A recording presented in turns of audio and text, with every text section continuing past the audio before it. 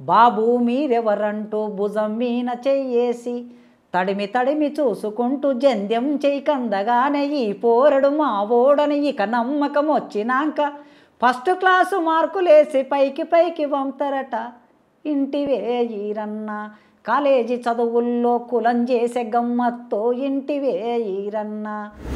Welcome to no noise only voice. పేద మధ్యతరగతి కుటుంబీకులు చదువుతున్నటువంటి చదువేనా అంటే వీరంతా కూడా గవర్నమెంట్ పెట్టిన కాంపిటేటివ్ ఎగ్జామ్ పాస్ అయిన తర్వాతనే వీళ్ళకి ఉద్యోగాలు వస్తాయి కదా. మరి ఇప్పుడున్న పరిస్థితుల్లో నకలు పెట్టి చీటింగ్ చేసి చూచిరాతలు ఉన్నాయా? ఇప్పుడు government and private and corporate ఈ మూడు ఎడ్యుకేషన్ సిస్టానికి తేడా ఏంటి అసలు? గుళ్ళల్లోకి అంటే నిమ్న స్థాయి వర్గాలు మాలలు కావచ్చు మాదిగలు కావచ్చు అడుగు పెట్టొద్దు రావద్దు అని చెప్పేసి ఇది దేవుడు నిర్ణయించిందా లేకపోతే మనుషులు నిర్ణయించిందేనా? ఇప్పుడు బ్రాహ్మణులు ఉచ్చరించినట్టుగా అంటే వాళ్ళ మంత్రోచ్చారణ దళితులు ఉచ్చరించగలుగుతారా? బీసీ రిజర్వేషన్స్ ప్రభుత్వం ఇవ్వాలనుకుంటుందా ఇవ్వద్దు అనుకుంటుందా కావాలనే డ్రామా చేస్తుందా అని అంటే మీరేం చెప్తారు? నిజంగా కాస్ట్ డిస్క్రిమినేషన్ ఉందా? బాపన్లు పుట్టింది బ్రహ్మ శిరసు నుంచంట, క్షత్రియులు పుట్టింది బ్రహ్మ చేతి నుంచంట, వైశ్యులు పుట్టింది బ్రహ్మ తొడల నుంచంట, శూద్రులు పుట్టింది బ్రహ్మ పదం నుంచంట.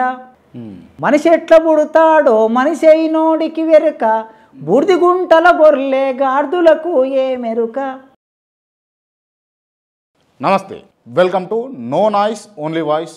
ఈ కార్యక్రమానికి ఈ podcast special guest professor Kasim garu రావడం జరిగింది.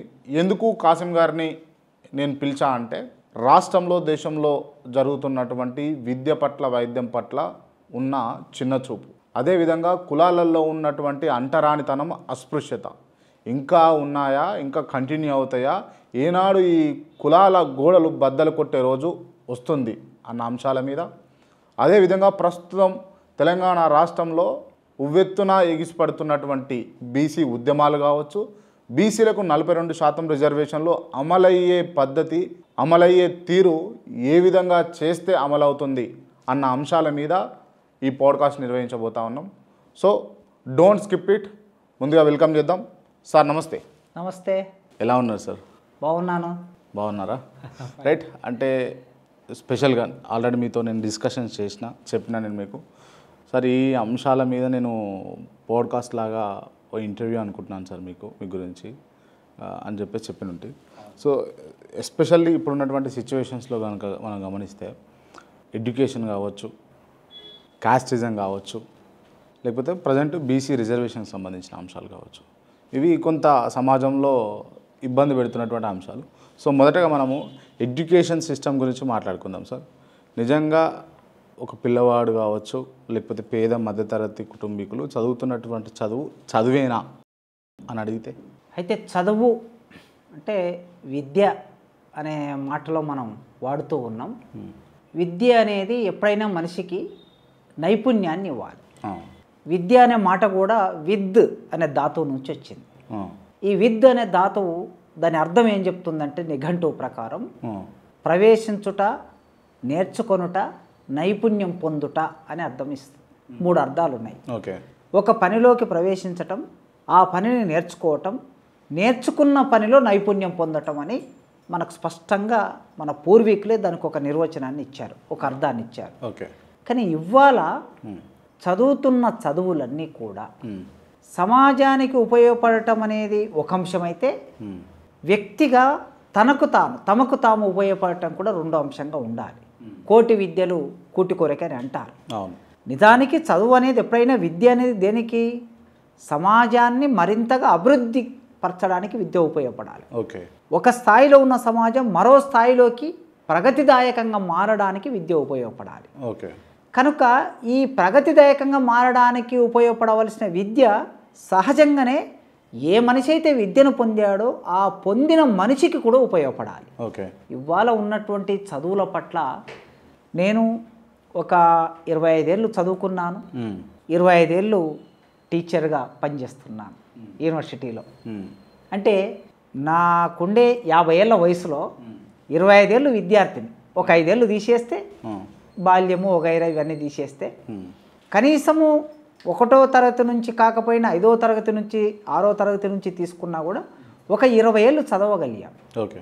ఇప్పుడు ఒక 25 ఏళ్ళు టీచర్గా ఉన్నాను. ఈ కాలం అంతా నేను పరిశీలించిన విద్యారంగంలో ఉన్నాను గనక ఇప్పుడు మనం చదువుతున్న చదువులు నాణ్యము లేని చదువులు అయిపోయాయి. నాణ్యత లేని చదువు. ఒప్పుకుంటారా దీనికి? 100% చాలా వేదికలను మాట్లాడాను, ఇప్పుడు కూడా మాట్లాడుతున్నాను. ఈ నాణ్యత లేని చదువు పేద పిల్లలకి, బడుగు బలహీన వర్గాలకి దీన్ని వదిలేశారు. ఓకే. నాణ్యమైన చదువులు ఎవరికి అంటే ప్రైవేటు పాఠశాలలు, ప్రైవేటు కళాశాలలు, ప్రైవేటు యూనివర్సిటీలలో వాళ్ళ పిల్లలకి, డబ్బులున్న వాళ్ళ పిల్లలకి, సమాజంలో ఎగువ కులాలనుకున్న వాళ్ళ పిల్లలకి క్వాలిటీ ఎడ్యుకేషన్ అక్కడ ఏర్పాటు చేసుకున్నారు. వీళ్ళు ఎంత శాతం ఉంటారు సమాజం అంటే ఒక 20% ఉంటారు. 20% ఉన్న వాళ్ళకి నాణ్యమైన విద్యను ఏర్పాటు చేసుకున్నారు. 80% ఉన్నటువంటి మిగతా పేద ప్రజలకి నాణ్యత లేని విద్యను రూపొందించి వదిలేశారు. రైట్. అంటే యాజ్ ఎ ప్రొఫెసర్గా మీరు చెప్పంటే, అంటే ఒక 15-20 ఏళ్ళు మీరు క్లియర్గా చెప్తా ఉన్నారు నేను ప్రొఫెషన్లో ఉన్నాను అని చెప్పేసి. సో అంటే నాణ్యమైన విద్య, నాణ్యత లేని విద్య అంటే తేడా ఎట్లుంటుంది? అంటే బిల్డింగ్లలోనా లేకపోతే అక్కడ ఉన్నటువంటి వసతుల ఆధారంగానా? ఎస్, మంచి ప్రశ్న అడిగారు. నాణ్యమైన విద్య ఈ మధ్యకాలంలో తెలంగాణ రాష్ట్ర ముఖ్యమంత్రి రేవంత్ రెడ్డి గారు చాలా సభల్లో మా ఉస్మాన్ యూనివర్సిటీ కూడా వచ్చాడు. ఉస్మాన్ యూనివర్సిటీ అటు మహిళా విశ్వవిద్యాలయానికి వెళ్ళారు. ఈ 2 చోట్ల మహిళా విశ్వవిద్యాలయమైనా ఉస్మానియా విశ్వవిద్యాలయమైనా ఆక్స్ఫర్డ్ స్థాయిలో, స్టాన్ఫర్డ్ స్థాయిలో అభివృద్ధి చెందాలి అని మాట్లాడారు. విద్యారంగం మీద ఆయన స్వయంగా విద్యాశాఖ మంత్రి కనుక ఆ విద్యారంగం మీద సమీక్ష చేస్తున్న సందర్భంలో నాణ్యమైన విద్య ఉండాలి అని మాట్లాడారు. కేవలం డిగ్రీలు ఇచ్చే విద్య కాకుండా నాణ్యమైన విద్య ఉండాలని మాట్లాడారు. కనుక ముఖ్యమంత్రి గారు నాణ్యమైన అనే పదానికి అర్థం తెలిసి మాట్లాడా లేదా వారి ఉద్దేశం ఏమిటో నాకు తెలియదు. ఒక టీచర్గా నాణ్యత అని అంటే ఏ అర్థంలో చూస్తామంటే, ఒక విద్యార్థి పాఠశాలలోకి ప్రవేశించిన తర్వాత ఆ విద్యార్థి నేర్చుకోవడానికి కావలసిన నైపుణ్యాలు, నేర్చుకోవటం అంటే అక్షరాన్ని సరిగ్గా నేర్చుకోవటం, తెలుగు అక్షరాన్ని, ఇంగ్లీష్ అక్షరాన్ని, హిందీ అక్షరాన్ని సరిగ్గా నేర్చుకున్నారా లేదా, నేర్చుకున్న దాన్ని తప్పులు లేకుండా రాస్తున్నారా లేదా. వీటితో పాటు సామాన్య శాస్త్రం ఉంటుంది, సాంఘిక శాస్త్రం ఉంటుంది, గణిత శాస్త్రం ఉంటుంది. గణితంలో, సామాన్య శాస్త్రంలో, సాంఘిక శాస్త్రంలో మౌలికమైన విషయాలు అర్థమవుతున్నాయా లేదా. అంటే మొదలు అక్షరాన్ని తప్పులు లేకుండా చదవగలగటం, అక్షరాన్ని తప్పులు లేకుండా రాయగలగటం, విజ్ఞానాన్ని పొందటం, ఈ 3 స్థాయిల్లో సరిగ్గా ఉంటే అది జ్ఞానం, అది నాణ్యమైందని అర్థం. అయితే మరి ఈ 3 రావాలంటే ఏముండాలి? సరైన తరగతి గది ఉండాలి. ఆ సరైన తరగతి గదిలో కావలసినటువంటి పరికరాలు ఉండాలి. టీచింగ్ సంబంధించిన పరికరాలు ఉంటాయి కొన్ని. ఇప్పుడు ఉన్నటువంటి పరిస్థితుల్లో మంచి బోర్డు ఉంటుంది, పెన్ రాసుకోవడానికి పీస్ ఆఫ్ చాకులు ఉంటాయి, టేబుల్స్ ఉంటాయి, ఇవి కావా? అయితే చాక్ పీస్ ఉండటము, బోర్డు ఉండటం మాత్రమే కాకుండా ఆ చాక్ పీస్ తీసుకొని ఆ బోర్డు మీద రాయగలిగిన లేదా రాస్తున్న టీచర్కు నైపుణ్యం ఉండాలి మొట్టమొదలు. కనుక మన టీచర్ ఎడ్యుకేషనే చాలా సంక్షోభంలో ఉంది ఇప్పుడు. ప్రైవేటు బీఈడి కాలేజీలు వచ్చాయి, ప్రైవేటు డైట్ కాలేజీలు వచ్చాయి. ఈ డైట్ కాలేజీల్లో ప్రైమరీ స్కూల్లో పనిచేసే టీచర్లను తయారు చేస్తారు, బీఈడి కాలేజీలలో హై స్కూల్లో పనిచేసే టీచర్లను తయారు చేస్తారు. ఈ బీఈడి కాలేజీలు, డైట్ కాలేజీలలో తయారవుతున్న టీచర్లు నాణ్యంగా లేరు. అంటే వీరంతా కూడా గవర్నమెంట్ పెట్టిన కాంపిటేటివ్ ఎగ్జామ్ పాస్ అయిన తర్వాతనే వీళ్ళకి ఉద్యోగాలు వస్తాయి కదా. మరి పరీక్ష పాస్ కావటం వేరు, నైపుణ్యం ఉండటం వేరు. ఎందుకు ఈ మాట చెప్తున్నానంటే, మన పరీక్షలన్నీ కూడా మల్టిపుల్ చాయిస్ పరీక్షలు. 1000 బిట్లను బట్టి పడితే, 2000 బిట్లను బట్టి పడితే బయటపడిపోతాం. అక్కడ వాళ్ళు నిర్వహించే పోటీ పరీక్షలో ఆ 2000 బిట్ల నుంచి, ఆ 3000 బిట్ల నుంచి ఒక 100 బిట్లు వస్తాయి. వీళ్ళు ఆల్రెడీ 3000 బిట్లు బట్టి పట్టారు కనుక ఏబిసిడీలు పెట్టడమే కదా. వాళ్ళ నైపుణ్యాన్ని మనం పరీక్షించటం లేదు. నైపుణ్యం ఎట్లా తెలుస్తుంది? రాయటం వలన నీ రాత ఎట్లుంది, రాసేటప్పుడు అక్షర దోషాలు ఉన్నాయా లేదా, దానితో పాటు నీవు చదువుకున్న పొందిన జ్ఞానాన్ని స్పష్టంగా పేపర్ విన వ్యాస రూపంలో వ్యక్తం చేస్తున్నావా లేదా. ఈ ఎంపిక విధానంలో ఈ పద్ధతి లేదు. లేకపోవటం మూలంగా బట్టి పట్టగలిగిన కెపాసిటీ ఉన్న వాళ్ళందరూ బీఈడీలోకి వస్తారు, డైట్లోకి వస్తారు, వాళ్ళే డిఎస్సిలో టీచర్లు అవుతారు. కాదండి, అంటే ట్రైనింగ్ కూడా ఇస్తారు కదా వీళ్ళకు, అంటే క్వాలిఫై అయిన తర్వాత ఆ ట్రైనింగ్లో కూడా ఏముండదా? అదే చెప్తున్నా, అసలు బీఈడి ట్రైనింగులు ఇవాళ శూన్యం. టీచరు విద్య 2 సంవత్సరాలు టీచింగ్ నేర్చుకోవాలి వాళ్ళు. ఓకే. బోధన ఎట్లా చేయాలి, చాక్పీస్ ఎట్లా వాడాలి, బ్లాక్ బోర్డ్ ఎట్లా వాడాలి, ఆర్డినరీ స్టూడెంట్ ఎట్లా ఉంటాడు, అబోవ్ యావరేజ్ స్టూడెంట్ ఎట్లా ఉంటాడు, బిలో యావరేజ్ స్టూడెంట్ ఎట్లా ఉంటాడు, మధ్యస్థం ఎట్లా ఉంటుంది, మానసిక స్థితి ఎట్లా ఉంటుంది, సామాజిక సాంఘిక ఆర్థిక రాజకీయ ప్రభావాల వల్ల మీద ఎట్లుంటాయి, ఇవన్నీ నేర్చుకుంటారు వాళ్ళు అక్కడ. ఇవన్నీ నేర్పించటం లేదు. కేవలం ప్రైవేట్ కాలేజీలు రికార్డులు రాయకపోయినా పర్వాలేదు, మీరు ఇంత ఫీజు కడితే మీ రికార్డులకు మేము మార్కులు వేస్తాం, క్లాస్కు రాకపోయినా పర్వాలేదు, మీకు క్లాస్కు అటెండెన్స్ ఇంత ఫీజు కడితే మేము అటెండెన్స్ ఫీజు కట్టాలా. నేను భయపడుతున్నా, రానున్న కాలంలో మీరు పరీక్ష రాయవలసిన అవసరం లేదు, మేమే పరీక్ష రాయించి మీకు పట్టాలు ఇస్తామని అంటారేమని నాకు భయం వేస్తుంది. కనుక ప్రభుత్వాలు దీని పట్ల ఒక స్పష్టమైన వైఖరితో, ఒక నియంత్రణతో రూపొందకపోతే, విధానం రూపొందించకపోతే మనం మరింత సంక్షోభంలోకి వెళ్ళి నాణ్యత లేనటువంటి విద్యార్థులకి 10th క్లాస్ అంటే సర్టిఫికెట్ వస్తుంది. అవును, 80%, 90%, 100/100, 100/100 మార్కులు. మన పూర్వీకులు అంటే మాకన్నా పూర్వీకులు, నిజానికి మేము వచ్చే నాటికే విద్య సంక్షోభంలోకి వెళ్ళిపోయింది. మేము హై స్కూల్ ఎడ్యుకేషన్కి వచ్చే నాటికే. మాకన్నా ఒక 10 ఏళ్ళు 20 ఏళ్ళు వెనక్కి వెళితే 10th క్లాస్లో 40-46 మార్కులు వచ్చిన వాళ్ళు చాలా ప్రతిభావంతులు అని ఆ రోజుల్లో. 50% వస్తే 50% డిగ్రీలో లేకపోతే ఇంటర్మీడియట్లో లేదా 10th క్లాస్లో పర్సంటేజ్ పాస్ అయ్యారంటే చాలా మెరిట్ కలిగిన వాళ్ళని అర్థం. మరి ఇవాళ 100/100 మార్కులు వస్తున్నాయి. ఎట్లొస్తున్నాయి అంటే మనం కొన్ని స్పష్టంగా బాధ్యత కలిగినటువంటి ఛానల్ మీద కనుక మనం సమాజానికి కూడా బాధ్యతగా చెప్పాల్సిన అవసరం నా మీద కూడా ఉంది. ఇవాళ ఏం చేస్తున్నారు, ప్రభుత్వం ఏమంటుంది, విద్యాశాఖ మంత్రి ఏమంటున్నారు, మీరు ఏం చేస్తారో తెలియదు, 10th క్లాస్లో 100% రిజల్ట్ ఉండాలి, ఇంటర్మీడియట్లో 100% రిజల్ట్ ఉండాలి అంటున్నారు. మరి 100% రిజల్ట్ ఉండాలంటే దానికి 100% రిజల్ట్ తీసుకురావడానికి కావలసిన మౌలిక వసతులు ఉన్నాయా లేదా అని ఆలోచించట్లేదు. అప్పుడు టీచర్లు ఏం చేస్తున్నారు, స్కూళ్ళల్లో ఏం చేస్తున్నారంటే చిట్టీలు చూసి నకల్ చిట్టీలు పెట్టి ఎగ్జామ్ రాసి, అంటే నేను ఇప్పుడు ఈ మాట అంటే కొందరు ఏమనొచ్చు అంటే 10th క్లాస్ పాస్ అయ్యి ఇంటర్మీడియట్ పాస్ అయిన మమ్మల్ని అందరూ మీరు అవమానిస్తున్నారు అని అనొచ్చు. కానీ నేను నిజాయితీగా రాసినటువంటి వాళ్ళని అప్రిషియేట్ చేస్తున్నా, అవమానించటం లేదు. జరుగుతున్న వ్యవస్థని మనం ఎవరో ఒకరు చెప్పకపోతే, సరిదిద్దకపోతే, అదే వ్యవస్థ కొనసాగితే రేపు ప్రపంచం ముందు మనం బొక్కబోర్ల పడతాం. అంటే ఇప్పుడున్న పరిస్థితుల్లో నకలు పెట్టి చీటింగ్ చేసి చూచిరాతలు ఉన్నాయా? ఇప్పటికీ ఇంకా చాలా చోట్ల కొన్ని సెంటర్స్ ఎట్లా జరుగుతాయి అంటే, ఫలానా సెంటర్లో ఎగ్జామ్ రాస్తే డిగ్రీ ఎగ్జామ్స్ కూడా అట్లా నడుస్తున్నాయి కొన్ని చోట్ల. ఆ సెంటర్లో వాళ్ళు కొంత డబ్బులు ఇస్తే అక్కడికి ఎవరు రాకుండా, స్క్వాడ్స్ రాకుండా, పర్యవేక్షణ లేకుండా ఎగ్జామ్ రాయిస్తారు, పుస్తకాలు ఇచ్చి రాయిస్తారు. దానివలన మనకు మంచి మార్కులు వస్తాయి, మనం డిగ్రీ పాస్ అవుతాం అని నిజంగా జరగటం మూలంగా డిస్టెంట్ ఎడ్యుకేషన్కు సంబంధించిన కొన్ని విశ్వవిద్యాలయాల సెంటర్స్ను మూసివేశారు యూజీసీ. మీ సెంటర్స్లో ఈ కాపీ జరుగుతుంది కనుక మీ సెంటర్ పర్మిషన్ రద్దు చేస్తున్నామని అనేక సందర్భాల్లో చర్యలు తీసుకున్న ఘటనలు మనకు చూస్తాం. రైట్. ఇదంతా ఇంత ఉంటే అసలు ఎడ్యుకేషన్లో మార్పులు రావాలి, నిజంగా నాణ్యమైన విద్య ఒక విద్యార్థి పొందాలి, నైపుణ్యత కావాలి అని అనుకుంటే అసలు ఏం జరగాలి? ప్రాథమిక విద్య మీద దృష్టి పెట్టాలి. ఒకప్పుడు పెదబాల శిక్ష అనేవాళ్ళు, పెదబాల శిక్ష చదువుకునేవాళ్ళు. పెదబాల శిక్షలో ఏముండేది అంటే అన్ని అంశాలకు సంబంధించిన విషయాలు అందులో ఉండేవి. గణితం కనీసం మినిమం ఎక్కాలు, గుణితాలు, తీసివేతలు, అక్షరాలను చదవడానికి కావలసిన పదాలతో నిర్మాణమైన వాక్యాలతో నిర్మాణమైన పద్యాలు, ఇట్లా ఒక సామాన్యమైన విద్యార్థికి ఏ జ్ఞానం ఇవ్వాలో ఆ జ్ఞానం ఉండేది. పెదబాల శిక్ష చదివితే చాలు అనే రోజులు ఉండేవి. ఇవాళ 10th క్లాస్ కంప్లీట్ అయిన వాళ్ళు కూడా నేను ఛాలెంజ్ చేస్తున్నా, కొందరు ఇంటర్మీడియట్ 10th క్లాస్ కంప్లీట్ అయిన వాళ్ళు కూడా పెదబాల శిక్షను సరిగ్గా చదవలేని వాళ్ళని ఎందరినో నేను చూశాను. అందుకే ఇప్పుడు ఏం చేయాలంటే, ఇంత ఘోరంగా ఉందా సిస్టమ్? ఎగ్జాక్ట్లీ. ఎందుకంటే నేను విద్యారంగంలో 25 సంవత్సరాలుగా ఉన్నాను గనక, కొన్ని వేల మంది విద్యార్థుల్ని చూశాను గనక, నేను మామూలుగా విద్యార్థి క్లాస్ రూమ్లోకి రాగానే పీజీ స్థాయిలో, డిగ్రీ స్థాయిలో కొన్నాళ్ళు డిగ్రీకి టీచ్ చేశాను. తర్వాత ఇప్పుడు పూర్తిగా ఆర్ట్స్ కాలేజీలోనే ఉన్నా కనుక అక్కడ డిగ్రీ లేదు కనుక పీజీ పిల్లలకి టీచ్ చేస్తుంటాను. క్లాస్లోకి రాగానే అడ్మిషన్ తీసుకొని ఒక వారం రోజులు ఓరియంటేషన్ క్లాసులు కండక్ట్ చేస్తాను నేను.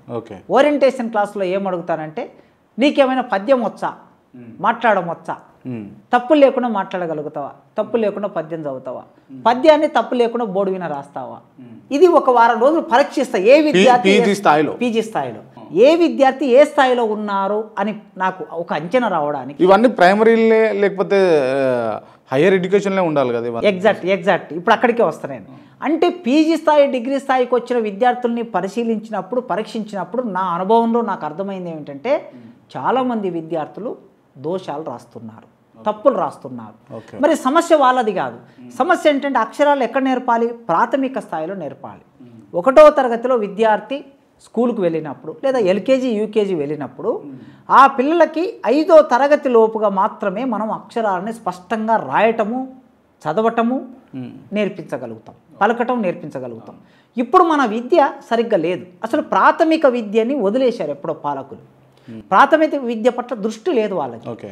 ఎందుకు దృష్టి లేదంటున్నానంటే విద్యార్థులకి తెలుగు అక్షరాలను సరిగ్గా నేర్పడానికి ఒక తెలుగు పండిట్ ఎక్కడ ఉండాలంటే 5వ తరగతి లోపుగానే ఉండాలి. కానీ ఆ పిల్లలకి పాఠాలను నేర్పించే పంతులు ఎవరంటే ఎస్జిటి పంతులు. ఆ ఎస్జిటి వాళ్ళు మ్యాథ్స్ వాళ్ళు అయి ఉండొచ్చు, సైన్స్ వాళ్ళు అయి ఉండొచ్చు, సోషల్ స్టడీ వాళ్ళు అయి ఉండొచ్చు. కానీ నేనేం కోరుకుంటున్నానంటే ఒక హిందీ టీచరు, ఒక తెలుగు టీచరు, ఒక ఇంగ్లీష్ టీచరు 5వ తరగతి లోపుగా ప్రత్యేకంగా ఆ పిల్లలకి కేటాయించాలి. అలా కేటాయించినప్పుడు మాత్రమే వాళ్లకు మనం అక్కడ అక్షర దోషాలు లేకుండా రాయటము చదవటము అనే నైపుణ్యాన్ని నేర్పించగలుగుతాం. ఆ తర్వాతి కాలంలో 5 దాటి 6, 7 తరగతులు హై స్కూల్లోకి వచ్చిన తర్వాత వాళ్ళు మెరుగవుతారు. ఇక ఇంటర్మీడియట్ డిగ్రీకి వచ్చిన తర్వాత కనీసం చదవలేని పరిస్థితి లేదు అనే భావన లేకుండా ఉంటుంది. వెంటనే ఇప్పుడు కేంద్ర ప్రభుత్వమైనా రాష్ట్ర ప్రభుత్వమైనా దేని మీద దృష్టి పెట్టాలంటే ప్రాథమిక విద్యారంగం మీద దృష్టి పెట్టాలి.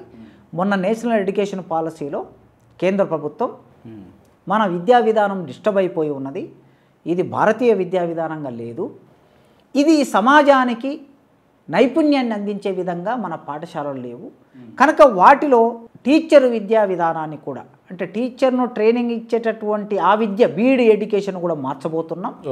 4 ఏళ్లకు బీఈడి ఎడ్యుకేషన్ పెడుతున్నాం అని ఒక అంశాన్ని ముందుకు తీసుకొచ్చారు.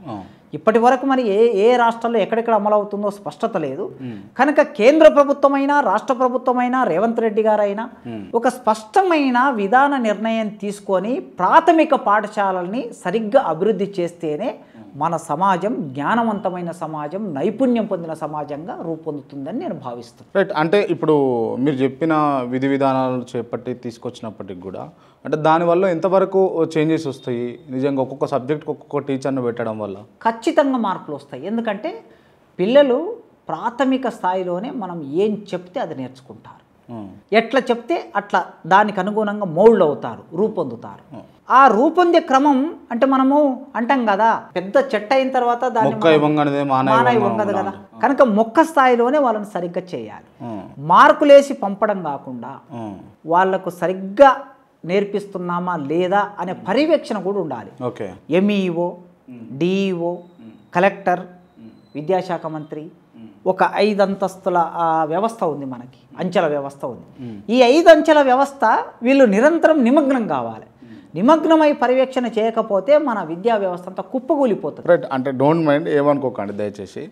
అంటే డిఓ అంటే నేను చూసింది అయితే అంటే నేను కూడా గవర్నమెంట్ స్కూల్లోనే చదువుకున్నాను. డిఓ అంటే డిఓ కానీ ఎండిఓ కానీ వస్తారు అనగానే స్కూల్లో ఒక హడావిడి జరుగుతుంది. ఒక 1 అవర్ ముందట అందరూ సిట్ రైట్ కూర్చోవాలి, కాము ఉండాలి, బ్యాగులు మంచిగా చదివి పెట్టుకోవాలా, ఇంకేమైనా పుస్తకాలు ఉంటే చదివి పెట్టుకోవాలా, నోట్బుక్స్ అన్నీ కంప్లీట్ చేసుకోవాలా, ఫుడ్ ఎట్లుందంటే బాగుందని చెప్పాలా.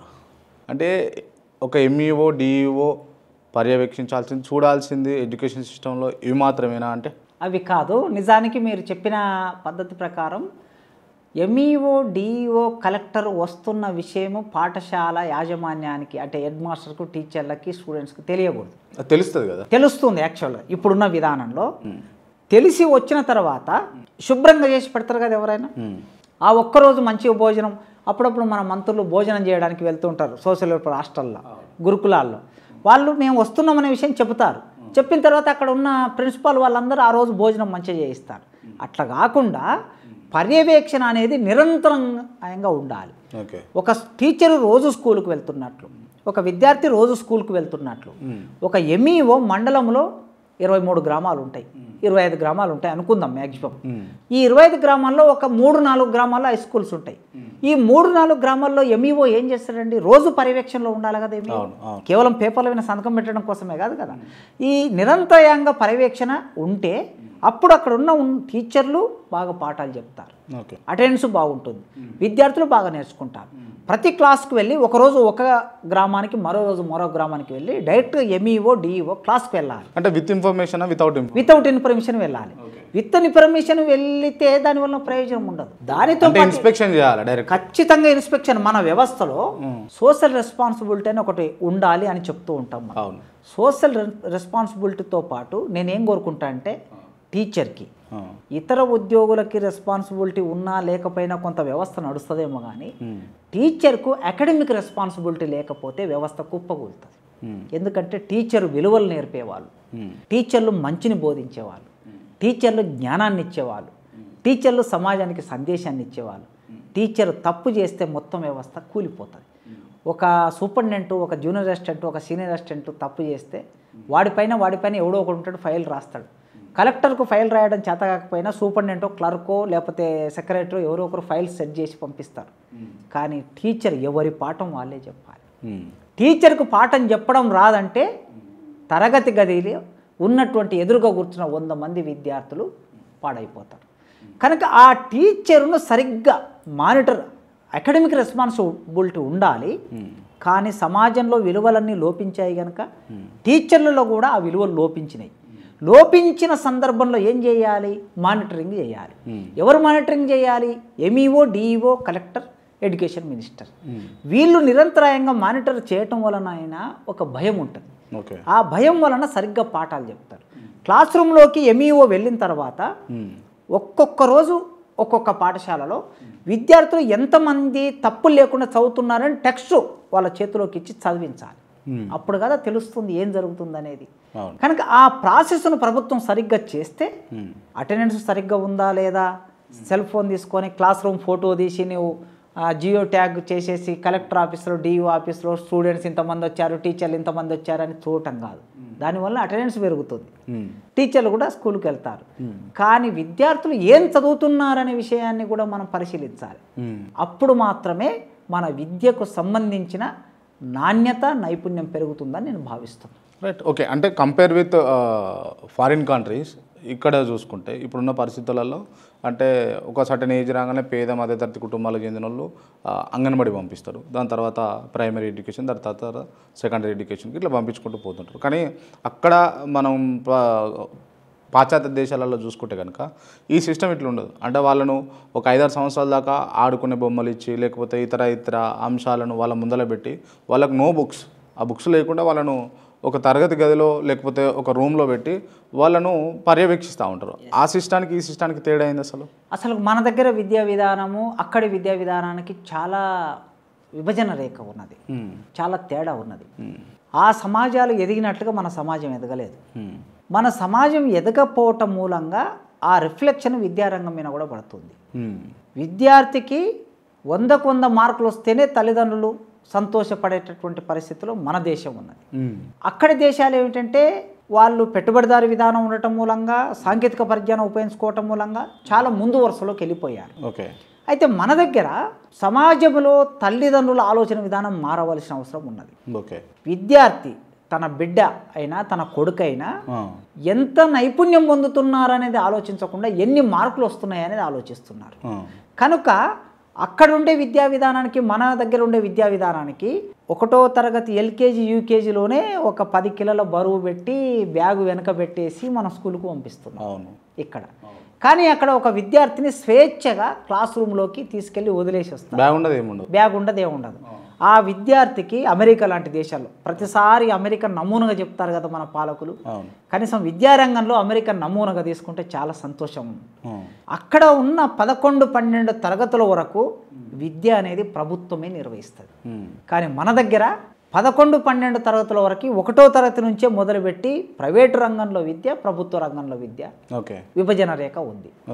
అక్కడ ఒక విద్యార్థికి క్లాస్ రూమ్లోకి పోగానే ఒక తెల్ల పేపర్ చేతిలోకి ఇచ్చి ఈ విద్యార్థి తెల్ల పేపర్ మీద పెన్ను తీసుకొని రాస్తున్నాడా, బొమ్మ వేస్తున్నాడా, పాన వేస్తున్నాడా, బోల్ట్ వేస్తున్నాడా, పేపర్ను చింపేస్తున్నాడా, లేదా దాన్ని ఒక పడవ చేస్తున్నాడా, దాంతో ఒక బొమ్మ చేస్తున్నాడా, ఇది గమనిస్తారు టీచర్లు. ఓకే.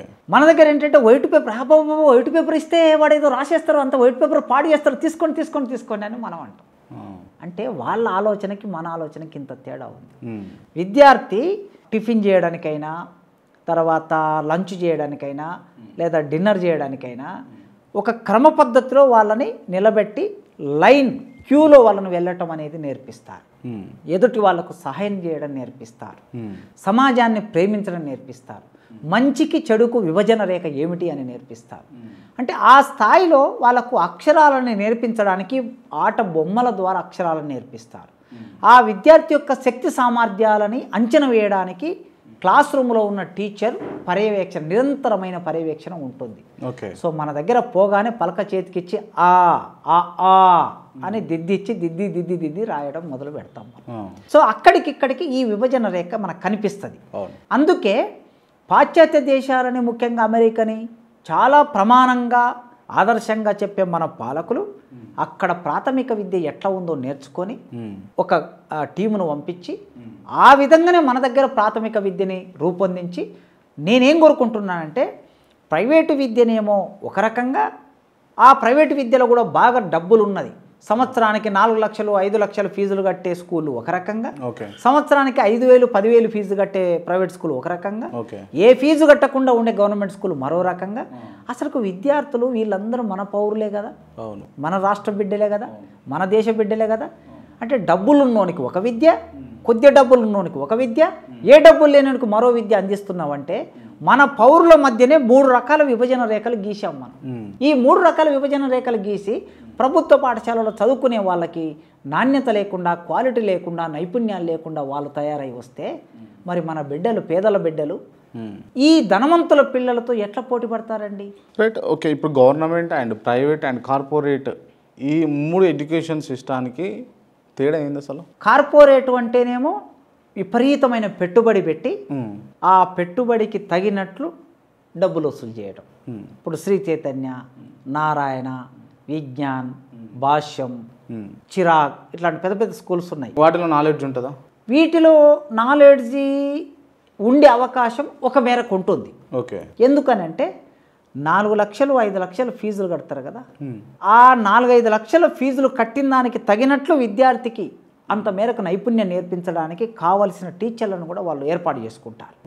ఏర్పాటు చేసుకుని తల్లిదండ్రులు క్వశ్చన్ చేస్తారు కనుక, ఈ తల్లిదండ్రులు చదువుకున్న వాళ్ళు, ఆఫీసర్లు, సమాజంలో పేరున్న వాళ్ళు, తమ పిల్లలకు సరిగ్గా చదువు చెప్పకపోతే అడుగుతారు కనుక ఇక్కడున్న పాఠశాలలో కొంత క్వాలిటీని ఇచ్చే ప్రయత్నం వీళ్ళు చేస్తున్నారు. కొంత భయాందోళన అవుతుంది. ఎక్కడ?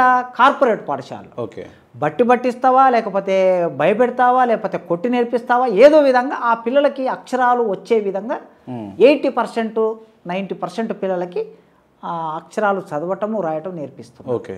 ఇక ప్రైవేట్ స్కూల్స్ అంటే ఎవరు పెట్టుకుంటారు? నీలాంటి నాలాంటి వాళ్ళు డిగ్రీ, పీజీలు చేసి, బీఎడ్ చేసి, ఎంఈడి చేసి జాబులు రాని వాళ్ళు ఉంటారు, ప్రభుత్వ జాబులు రాని వాళ్ళు. ఈ ప్రభుత్వ జాబులు రాని వాళ్ళు మన గ్రామాల్లో ఉండి వాళ్ళు ఒక చిన్న స్కూల్, 4-5 కలిసి ఒక చిన్న స్కూల్ పెట్టుకుంటారు, కాలేజీ పెట్టుకుంటారు.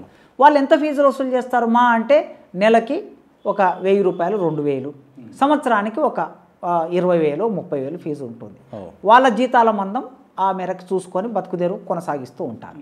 అక్కడ ఈ తల్లిదండ్రులు ఎవరు? పేద తల్లిదండ్రులే ఉంటారు ఆ పాఠశాలకు పంపించేవాళ్ళు. ఏదో పగలంతా కష్టం చేసి వచ్చినటువంటి డబ్బులతో పిల్లలకి ఫీజులు కట్టే తల్లిదండ్రులు ఉంటారు. ఇక్కడ నేర్పించినా నేర్పించకపోయినా నడుస్తుంది, ఏదో 4 ఇంగ్లీష్ ముక్కలు వస్తే కొద్దిగా తెలుగు మాట్లాడగలిగితే, కొద్దిగా రాయగలిగితే సరిపోతుంది అనుకునే నైపుణ్యాలు ఇక్కడ ఉంటున్నాయి ప్రైవేట్లో. ఓకే. ఇక గవర్నమెంట్ పాఠశాలకు వచ్చేసరికి ఉపాధ్యాయులు ప్రభుత్వం పోటీ పరీక్ష పెట్టి ఎంపిక చేసిన ఉపాధ్యాయులు ఉంటున్నారు. ఇంటర్మీడియట్ చదువుకొని, డిగ్రీ చదువుకొని, పీజీ చదువుకొని, బీఈడి ఎగ్జామ్ రాసి, బీఈడి సీటు పొంది, 2 ఏళ్ళు ట్రైనింగ్ పొంది, మళ్ళీ డిఎస్సి ఎగ్జామ్ రాసి, డిఎస్సి ఎగ్జామ్ ద్వారా ఉద్యోగం వచ్చిన వాళ్ళు ఉంటున్నారు. నిజంగా చూస్తే కార్పొరేట్ పాఠశాలలో, ప్రైవేట్ పాఠశాలలో కన్నా గవర్నమెంట్ పాఠశాలలో టీచర్లు, నాలెడ్జ్ ఉన్న టీచర్లు కొంతమేరకు వస్తారు. ఎందుకు ఈ మాట అంటున్నానంటే వడపోత జరుగుతుంది. డిఎస్సి రాయడానికి ఒక పోస్టు జిల్లాలో ఉంటే ఒక 1000 మంది పోటీలో ఉంటారు. ఒక స్కూల్ అసిస్టెంట్ పోస్ట్ ఉందంటే 1000 నుంచి 2000 మంది పోటీలో ఉంటారు. ఓకే 2000 మందిని కాదని ఒక అతనికి లేదా ఒక అమ్మాయికి ఉద్యోగం వచ్చిందంటే ఆ సబ్జెక్ట్లో ఎంతో కొంత నాలెడ్జ్ ఉంటేనే వస్తుంది. సో నాలెడ్జ్ ఉన్నటువంటి వాళ్ళు గవర్నమెంట్ స్కూల్లో ఉంటున్నారు, టీచర్స్. పిల్లలు ఎవరు ఉంటున్నారు? కడు పేదరికంలో ఉన్నటువంటి తల్లిదండ్రుల పిల్లలు అక్కడికి వస్తున్నారు. ఈ దేశ ఉత్పత్తిని సృష్టించే వాళ్ళ పిల్లలు అక్కడికి వస్తున్నారు. ఆ పిల్లలకి మాత్రం నాణ్యమైన విద్య అందటం లేదు. టీచర్కు నాలెడ్జ్ ఉంది, మరి టీచర్ ఎందుకు ఆ పిల్లలకి నాలెడ్జ్ని ఇవ్వటం లేదు అనే ప్రశ్న ఇక్కడ వస్తుంది. అందుకే ఎందుకు ఇవ్వటం లేదంటే ఆ టీచర్లు తమ సోషల్ రెస్పాన్సిబిలిటీ దానితో పాటు అకాడమిక్ రెస్పాన్సిబిలిటీ అనేది కొరవడింది. కొరవడడానికి కారణం ఏమిటి? పర్యవేక్షణ లేకపోవటం. పర్యవేక్షణ లేకపోవడానికి కారణం ఏమిటి? ప్రభుత్వ పాఠశాలలో టీచర్ మంచిగా స్కూల్ పాఠం చెప్తే, మంచి నైపుణ్యం ఇస్తే, మంచి నాలెడ్జ్ వస్తే అప్పుడు ప్రైవేట్ పాఠశాలలో ఉన్న పిల్లలు కూడా గవర్నమెంట్ స్కూల్లోకి వస్తారు. కార్పొరేట్ పాఠశాలలో ఉన్న పిల్లలు కూడా గవర్నమెంట్ స్కూల్కి వస్తారు. అప్పుడు ఏమవుతుంది? కార్పొరేట్ పాఠశాల మూతపడుతుంది, ప్రైవేట్ పాఠశాల మూతపడుతుంది. ఈ కార్పొరేట్ ప్రైవేట్ పాఠశాల మూతపడితే ఎవరికి నష్టం? కార్పొరేట్ ప్రైవేట్ పాఠశాలల యాజమాన్యాలు ఎవరంటే ఎమ్మెల్యేలు, ఎమ్మెల్యేల బంధువులు, ఎంపీలు, ఎంపీల బంధువులు, మంత్రులు, మంత్రుల బంధువులు, లేదా వారికి కావలసినటువంటి వాళ్ళు. ఏ బంధుత్వం లేకపోయినా ఒక కార్పొరేట్ శ్రీ చైతన్య నారాయణ ఉందనుకోండి, వీళ్ళు ఒక ఎమ్మెల్యే గెలవడానికి కావలసిన డబ్బు ఒక 100 కోట్లు ఖర్చు అవుతుందంటే ఒక 50 కోట్లు ఇమ్మంటే ఇచ్చేస్తారు, ఫండింగ్ చేస్తారు. నీ గవర్నమెంట్ స్కూల్లో ఏం ఫండింగ్ ఉంటుంది? కనుక ఫండింగ్ చేసే తమ బంధువుల లేదా తమ స్నేహితుల లేదా తమకు అవసరమైన ఈ ప్రైవేటు విద్యని, కార్పొరేట్ విద్యని కాపాడడానికి ప్రభుత్వాలే పనిచేస్తాయి. అందుకే గవర్నమెంట్ పాఠశాల బాగుండాలని ఉపన్యాసాలు ఇస్తారు. గవర్నమెంట్ పాఠశాలలో మంచి రిజల్ట్ రావాలని ఉపన్యాసాలు ఇస్తారు. మేము గవర్నమెంట్ పాఠశాలని అభివృద్ధి చేయడానికి కట్టుబడి ఉన్నామని ముఖ్యమంత్రి, మంత్రులు, ఎమ్మెల్యేలు ఉపన్యాసాలు ఇస్తారు. కానీ వాళ్ళ ఆచరణ అంతా ఎట్లా ఉంటుందంటే ప్రైవేటు పాఠశాలలు బాగుండడానికి కావలసిన విధి విధానాలను చిత్తం మీద భక్తి చెప్పుల మీద అలా కొనసాగుతూ ఉంది. దాని వలన ఏం జరుగుతుందంటే ఇప్పుడు నైపుణ్యాలకు సంబంధించి ఇంత విభజన రేఖ గీసిన తర్వాత ఏ విద్యార్థి అయినా సరే ఒకే పాఠం చదువుతున్నారు కదండి.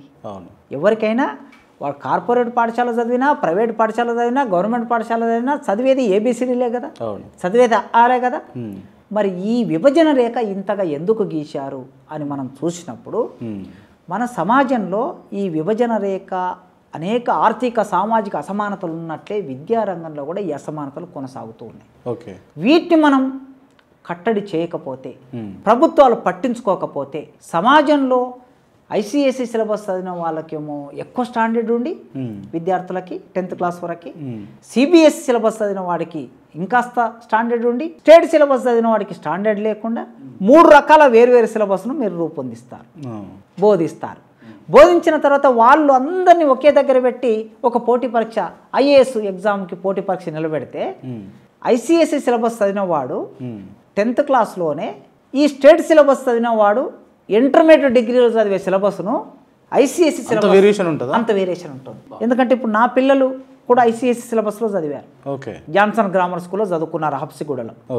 జాన్సన్ గ్రామర్ స్కూల్లో నేను ఆ సిలబస్ చూస్తే నేను చదువుకున్న రోజుల్లో డిగ్రీలో ఒక సోషల్ స్టడీలో మోడర్న్ ఇండియా అనేటటువంటి నేను డిగ్రీలో చదువుకున్నా. ఇప్పుడు నా పిల్లలు 10th క్లాస్లో చదువుతున్నారు. ఇంత వేరియేషన్ ఉంటుంది. ఇప్పుడు ఉన్నటువంటి మన స్కూల్ ఎడ్యుకేషన్లో ఒక 10th క్లాస్ చదివే ఒక విద్యార్థికి సిలబస్ ఏముంటుంది, వీళ్ళ సిలబస్ వాళ్ళ సిలబస్ ఏముంటుందంటే ఇంత వేరియేషన్ ఉంటుంది. డిగ్రీ పూర్తి అయిన తర్వాత సివిల్ సర్వీస్ ఎగ్జామ్ రాస్తారు, ఐఏఎస్ ఎగ్జామ్ రాస్తారు. ఈ ఐఏఎస్ ఎగ్జామ్ రాసేటటువంటి పిల్లలు గవర్నమెంట్ స్కూల్లో చదివినోడు డిగ్రీ కంప్లీట్ చేసి అక్కడికి వస్తాడు, కార్పొరేట్ స్కూల్ చదివినోడు డిగ్రీ కంప్లీట్ చేసి అక్కడికి వస్తాడు. వీళ్ళిద్దరిని ఒకే పోటీలో ఎట్లా పెట్టగలుగుతాం మనం? వీళ్ళు చదివిన సిలబస్ వేరు వేరు స్థాయిలో ఉంది.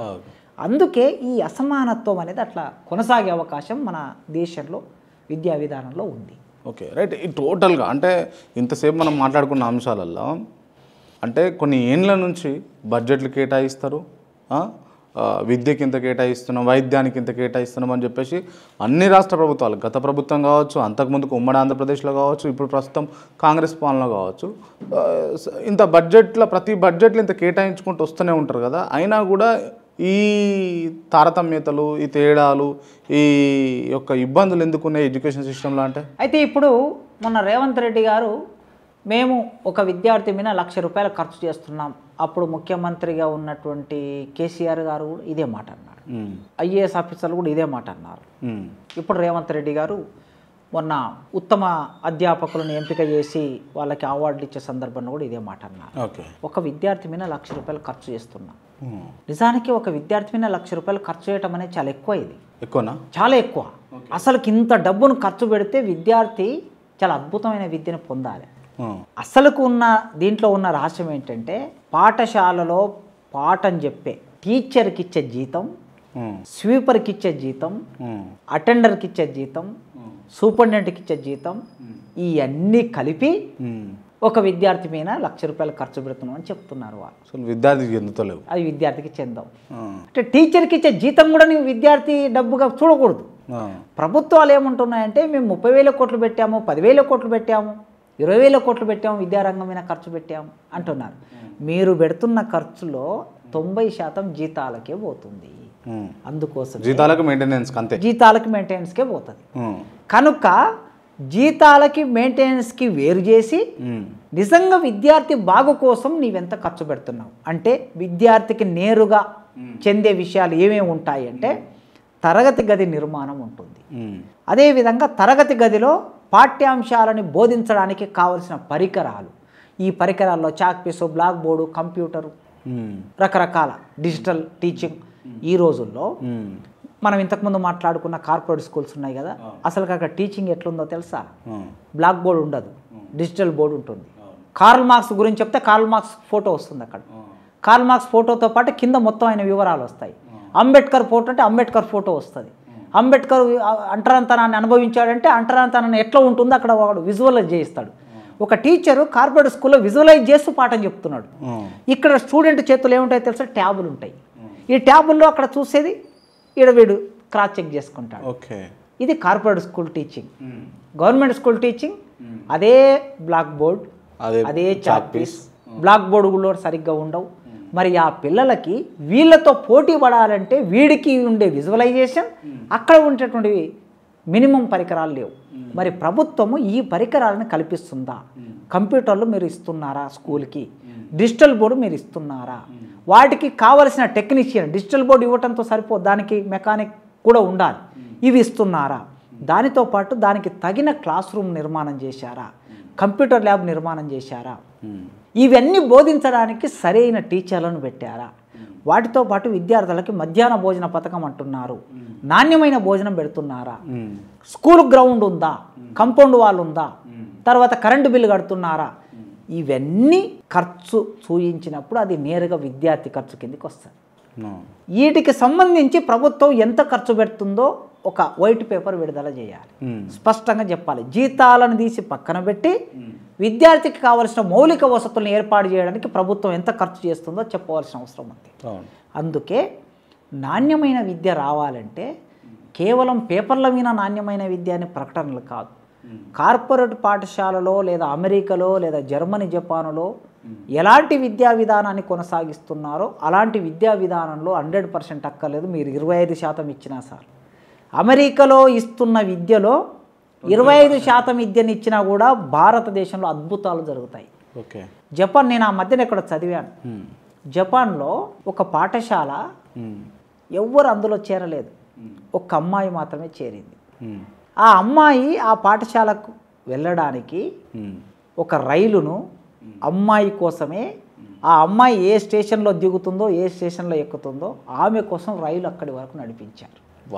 అంటే ఆ దేశం యొక్క కమిట్మెంట్ చూడండి. మన దగ్గర 20 మంది లేకపోతే స్కూల్ను మూసేయండి అంటున్నారు, 20 మంది లేకపోతే తరగతి మూసేయండి అంటున్నారు, లేకపోతే అక్కడున్న స్కూల్ని తెచ్చి ఇంకో స్కూల్లో కలపండి అంటున్నారు. ఒక్క అమ్మాయి కోసం జపాన్ అంతా నడిపిందంటే వాళ్ళ కమిట్మెంట్ అట్లుంది కనుకనే వాళ్ళ టెక్నాలజీలో జపాన్, అమెరికా లాంటి దేశాలను తలదన్నే విధంగా రూపొంది ఉంది. మరి మనకెందుకు లేదు? మొన్ననే నోబెల్ ప్రైజులు వచ్చాయి వివిధ రంగాల్లో. ఇండియాకి ఎందుకు రాలేదని మీ మీడియాలో చాలా చోట్ల చాలా చర్చలు జరిగాయి. ఎందుకు రాలేదు ఇండియా? ఇండియాలో నాలెడ్జ్ లేదా? ఇండియాలో మనుషులు లేరా? ఇండియాలో విద్యార్థులు లేరా? ఉన్నారు కదా. మరి ఉన్న వాళ్ళు నోబెల్ ప్రైజ్ విన్నర్స్ స్థాయికి ఎదగాలంటే నువ్వు స్కూల్ ఎడ్యుకేషన్ స్థాయి నుంచి మొదలు పెడితే ఒక 30 ఏళ్ళకి 40 ఏళ్ళకి 50 ఏళ్ళకి నోబెల్ ప్రైజ్ విన్నర్స్ తయారవుతారు. నోబెల్ ప్రైజ్ విన్నర్స్ ఏసీ రూమ్లలో తయారు కారు కదా, తరగతి గదిలో తయారవుతారు. అంటే దేశ భవిష్యత్తు తరగతి గది 4 గోడల మధ్య నిర్మాణం అవుతుందని ప్రొఫెసర్ రజనీ కొఠారి గారు 1964లో ఈ మాట చెప్పాడు. ఆయన తరగతి గది దేశ భవిష్యత్తు ఎక్కడ నిర్మాణం అవుతుందంటే తరగతి గది 4 గోడల మధ్య నిర్మాణం అవుతుంది అన్నాడు ఆయన. ఇవాళ మరి మన భవిష్యత్తు నిర్మాణం కావటం లేదంటే ప్రభుత్వాలకి విద్య అనేది లీస్ట్ ప్రియారిటీ అండి. అంటే ఎందుకు అంటే దీని మీద పెట్టిన పెట్టుబడి మళ్ళీ రిటర్న్ రాదానా? అంతే కదండి. అంతేనా? పెన్షన్లు ఇచ్చారు అనుకోండి, ఓట్లు వృద్ధులకు పెన్షన్ ఇచ్చారు, వికలాంగులకు పెన్షన్ ఇచ్చారు, వితంతువులకు పెన్షన్ ఇచ్చారు, రైతులకి రైతు భరోసా ఇచ్చారు. ఇవన్నీ ఇచ్చారు కనుక వీళ్ళందరూ ఏమనుకుంటారు, ఈ ప్రభుత్వం మాకు ఇచ్చిందని చెప్పేసి ఓట్లేస్తారు. కానీ అధ్యాపకులు నియమించి విద్యార్థులకు మంచి బడ్జెట్ కేటాయించి మంచి స్కూలు నిర్మాణం చేసి మంచి అది చేస్తే ఇవి ఓట్లు వస్తాయో రావు అనేటటువంటి ఆ భయాందోళనలో ఈనాటి పాలకులు ఉన్నారు. అందుకే నేను ఏం కోరుకుంటున్నానంటే మన పాలకులు విద్యారంగాన్ని సరిగ్గా నిర్వర్తించాలంటే సమాజం పూనుకోవాలి, దీనికి పౌర సమాజం పూనుకోవాలి, తల్లిదండ్రులు పూనుకోవాలి. నువ్వు నాకేమి ఫ్రీ ఇవ్వకు. ఈ తెలంగాణ రాష్ట్రంలో గత 10-20 సంవత్సరాల కాలంలో చాలామంది తల్లిదండ్రులు అవేర్నెస్ వచ్చింది. మేము చదువుకునే రోజుల్లో స్కూల్కి పంపిస్తే మా అమ్మ నాన్న మమ్మల్ని స్కూల్కి పంపిస్తే ఎందుకయ్యా స్కూల్కి పంపిస్తున్నావు, ఒక 4 ఎకరాల భూమి ఉంది కదా, రేపు వ్యవసాయం ఎవడు చేస్తాడు, ఉన్నొక్కని స్కూల్కి పంపిస్తున్నావు అనేవాళ్ళు. లేకపోతే పెద్ద కులాల వాళ్ళు దొరలు రెడ్లు వాళ్ళు ఏమనేవారు, జీతం పెట్టక ఎందుకయ్యా జీతం వేసి డబ్బులు వస్తాయి ఎందుకు స్కూల్కి పంపిస్తున్నావు అనేవాళ్ళు.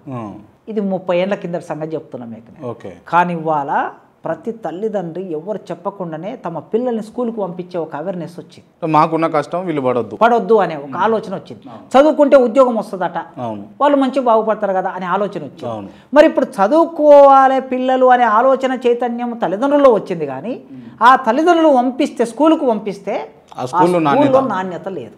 అందుకే తల్లిదండ్రుల్లో ఇప్పుడు చైతన్యం తీసుకురావాల్సిన అవసరం లేదు. ఏ చైతన్యం తీసుకురావాలంటే మీడియా ద్వారా మీరు కానీ లేదా ఆలోచన పరులుగా మేము కానీ పౌర సమాజం కానీ ఆ మధ్యకాలంలో ఒక సర్వే రిపోర్ట్ వచ్చింది. ఏమిటి అంటే అసలు ఒక మనిషి అప్పుల పాలవుతున్నాడు కదా, ఈ అప్పుల పాలు కావడానికి ఏమేమి ఖర్చులు ఉంటున్నాయి అని చెప్పి సర్వే చేశారు. సర్వే చేస్తే ఏమి తేలిందంటే 1 లక్ష రూపాయలు సంవత్సరానికి అప్పు చేస్తున్నాడంటే ఒక మనిషి, ఒక కుటుంబము ఆ 1 లక్ష రూపాయల్లో పిల్లల చదివించడానికి ప్రైవేట్ స్కూల్లో ఫీజులు కట్టడానికి 50,000 అప్పు చేస్తున్నాడు. నెంబర్ 1. తర్వాత తల్లికో తండ్రికో అనారోగ్యం పాలై హాస్పిటల్కి వెళ్తే ప్రైవేట్ హాస్పిటల్, గవర్నమెంట్ హాస్పిటల్కి వెళ్తే బతుకుతాడో లేదనే భయంతో ప్రైవేట్ హాస్పిటల్కి వెళ్ళి 50,000 రూపాయలు అప్పు తెచ్చి తండ్రిని బతికించుకుంటున్నారు. ఈ రెండింటికే ఎక్కువగా అప్పు అవుతుంది. కనుక అంటే ప్రజల్లో జీవించాలనే ఆలోచన పెరిగింది, చదువుకోవాలనే ఆలోచన పెరిగింది. ఈ 2 రంగాలు ప్రభుత్వం పట్టించుకోవటం లేదు. ప్రభుత్వం పట్టించుకోవాలంటే ఏం జరగాలంటే నువ్వు నాకు పెన్షన్ ఇవ్వకు, నువ్వు నాకు రైతు భరోసా ఇవ్వకు, మా గ్రామంలో ఉన్న మంచి స్కూల్ నిర్మాణం చేయి, కంప్యూటర్లు పెట్టు, కంప్యూటర్ ల్యాబ్ పెట్టు, డిజిటల్ బోర్డ్స్ పెట్టు, మంచి టీచర్లను బోధించడానికి నియమించు అనే ఒక డిమాండ్ ప్రజల నుంచి రావాలి. ప్రజల నుంచి డిమాండ్ ఎప్పుడైతే వస్తుందో అప్పుడు ప్రభుత్వం మీద ఒత్తిడి పడుతుంది. మనం తమిళనాడు కర్ణాటక వెళ్తే అక్కడ ప్రతి ఎన్నికల్లో వాళ్ళ ఎలక్షన్ మేనిఫెస్టోలో మొదటి అంశం ఏముంటుందంటే మేము అధికారంలోకి వస్తే తమిళ భాషని రక్షిస్తాం, మేము అధికారంలోకి వస్తే కన్నడ భాషను రక్షిస్తామని ఉంటుంది. అంటే ఆ ప్రజల్లో తమిళ భాషకి కన్నడ భాషకి ఏమైనా ఆటంకం జరిగితే వాళ్ళు ఓట్లేయరనే భయం వాళ్ళకున్నది రాజకీయ పార్టీలకు. కనుక ఇక్కడ గవర్నమెంట్ స్కూల్ను రక్షిస్తే మేము అధికారంలోకి వస్తే గవర్నమెంట్ స్కూల్ని గవర్నమెంట్ కాలేజీని రక్షిస్తాం అని వాళ్ళు ఎన్నికల మేనిఫెస్టోలో పెట్టే విధంగా ప్రజల నుంచి ఒత్తిడి రావాలని నేను కోరుకుంటున్నాను. అట్లయితే నాణ్యమైన విద్య వస్తుందని నేను ఆలోచిస్తున్నాను. అంటే నాకున్న డౌట్ ఏంటంటే అంటే గత ప్రభుత్వం ఉన్నప్పుడు కానీ లేకపోతే కొన్ని సందర్భాల్లో కేసీఆర్కి అనారోగ్యం వచ్చినప్పుడు సీదా సోమాజి కూడా చేసేదో పోతాడు. అండ్ ఇప్పుడు కేటీఆర్ కావచ్చు లేకపోతే ఆల్ పొలిటీషియన్స్ అందరూ అన్ని వివిధ పార్టీలకు సంబంధించిన వాళ్ళందరూ కూడా ఎవ్వరు కూడా ఇక్కడ ఉన్నటువంటి తెలంగాణలో ఉన్నటువంటి గవర్నమెంట్ స్కూళ్ళల్లో కానీ గవర్నమెంట్ కాలేజీలలో కానీ లేకపోతే గవర్నమెంట్ యూనివర్సిటీలలో కానీ చదువుతలేరు. వాళ్ళు గవర్నమెంట్ దవాఖానలకు కూడా పోరు. అంటే వీళ్ళందరూ వస్తే ఈ సిస్టమ్ వాళ్ళ కోసం అన్న బాగా అయ్యే అవకాశాలు ఉంటాయా? అయితే ఇప్పుడు వాళ్ళందరూ వస్తే బాగుంటుంది కానీ రారు. ఎందుకు రారంటే వాళ్ళకి ఆల్టర్నేట్ ఎడ్యుకేషన్ ఉన్నది. అందుకే నేనేమి డిమాండ్ చేస్తున్నా అంటే కనీసం ప్రభుత్వాలు మొత్తం ప్రైవేటు విద్యని నిషేధించడం అనేది సాధ్యం కాదు. రాజ్యాంగబద్ధంగా నేను స్కూల్ పెట్టుకునే రైటు నాకుంది, రాజ్యాంగబద్ధంగా నేను వ్యాపారం చేసుకునే రైటు నాకుంది. కనుక వీళ్ళు ఏం చేస్తారు, ప్రైవేటు యాజమాన్యాలు కోర్టుకు వెళ్ళటము లేదా రకరకాల ప్రయత్నాలు చేస్తారు. అందుకే ప్రభుత్వం ఒక 5 సంవత్సరాలు ఏం చేయాలి, 5వ తరగతి వరకు ఈ రాష్ట్రంలో ప్రైవేటు పాఠశాలలు ఉండడానికి వీలు లేదు అని ఒక చట్టం చేయాలి. ఓకే, మొదటిసారి. మళ్ళీ ఒక 5 ఏళ్ల తర్వాత 10వ తరగతి వరకు ఈ రాష్ట్రంలో ప్రైవేట్ స్కూల్ ఉండడానికి వీలు లేదని ఒక చట్టం చేయాలి. అట్లా చట్టం చేసినప్పుడు రాజ్యాంగబద్ధ చట్టం అవుతుంది. చట్టం అనేది రాజ్యాంగబద్ధం అవుతుంది. అప్పుడు ఎవరు దాన్ని ఛాలెంజ్ చేయడానికి వీలు లేదు. అందుకోసం ఆ విధంగా 5th క్లాస్ వరకు 10th క్లాస్ వరకు ప్రైవేట్ స్కూళ్ళు లేవు అని అంటే అప్పుడు కేసీఆర్ మనవలు, కేటీఆర్ పిల్లలు, రేవంత్ రెడ్డి మనవడు, ఎమ్మెల్యే పిల్లలు, ఎంపీల పిల్లలు, ప్రొఫెసర్ అయిన నా పిల్లలు, టీచర్ల పిల్లలు ఎక్కడ చదవాలి, గవర్నమెంట్ స్కూల్లో చదవాలి. అప్పుడు ఏమవుతుంది, నా మంత్రుల పిల్లలు, ముఖ్యమంత్రుల పిల్లలు, ఎమ్మెల్యేల పిల్లలు, ప్రొఫెసర్ల పిల్లలు, టీచర్ల పిల్లలు చదువుతున్నారు కనుక అప్పుడు వాళ్ళు ఏం చేస్తారు, అయ్యో మా పిల్లలు చదువుతున్నారు కనుక బడ్జెట్ బాగా కేటాయించాలి. ఐఏఎస్ ఆఫీసర్ల పిల్లలు కూడా ఇక్కడే చదువుతారు కదా, వసతులు మంచిగా ఉండాలి, బడ్జెట్ కేటాయించాలి, కూర్చోడానికి బెంచీలు బాగుండాలి, రాసుకోవడానికి బోర్డు బాగుండాలి, కంప్యూటర్ ల్యాబ్ బాగుండాలి, అమెరికా, జపాన్తో నా పిల్లలు పోటీ పడాలంటే స్కూల్ బాగుండాలి. టీచర్ పిల్లలు కూడా అక్కడనే ఉంటారు కనుక అమ్మో ఈ అందరికీ మంచి పాఠం చెప్తేనే నా పిల్లలకు మంచి పాఠం అందుతుంది. ఇది వస్తుంది. ప్రైవేట్ స్కూల్ ఉన్నంత కాలం ప్రైవేట్ వైపే వెళ్తారు. అందుకే వాటిని నిషేధిస్తేనే ఇది జరుగుతుంది. సేమ్ మళ్ళీ ఇక్కడికి వద్దాం. 1980లో నాదెండ్ల భాస్కరరావుకు గుండె ఆపరేషన్ కావాలంటే ఎక్కడ చేసుకున్నారు, నిమ్స్ హాస్పిటల్లో చేసుకున్నారు. ఇవాళ గుండె ఆపరేషన్ కావాలంటే ఎక్కడికి వస్తున్నారు, యశోదకి పోతున్నారు, కేర్ హాస్పిటల్ పోతున్నారు, ఇంకో దగ్గరికి పోతున్నారు. ఇవి అప్పుడు ఉన్నాయా, లేవు. ఇవి అప్పుడు లేవు కనుక నిమ్స్ హాస్పిటల్ అనేది చాలా ఫేమస్. ఎమ్మెల్యేలు, ఎంపీలు, ముఖ్యమంత్రులు అందరూ అక్కడనే ఆపరేషన్ చేసుకునేవాళ్ళు.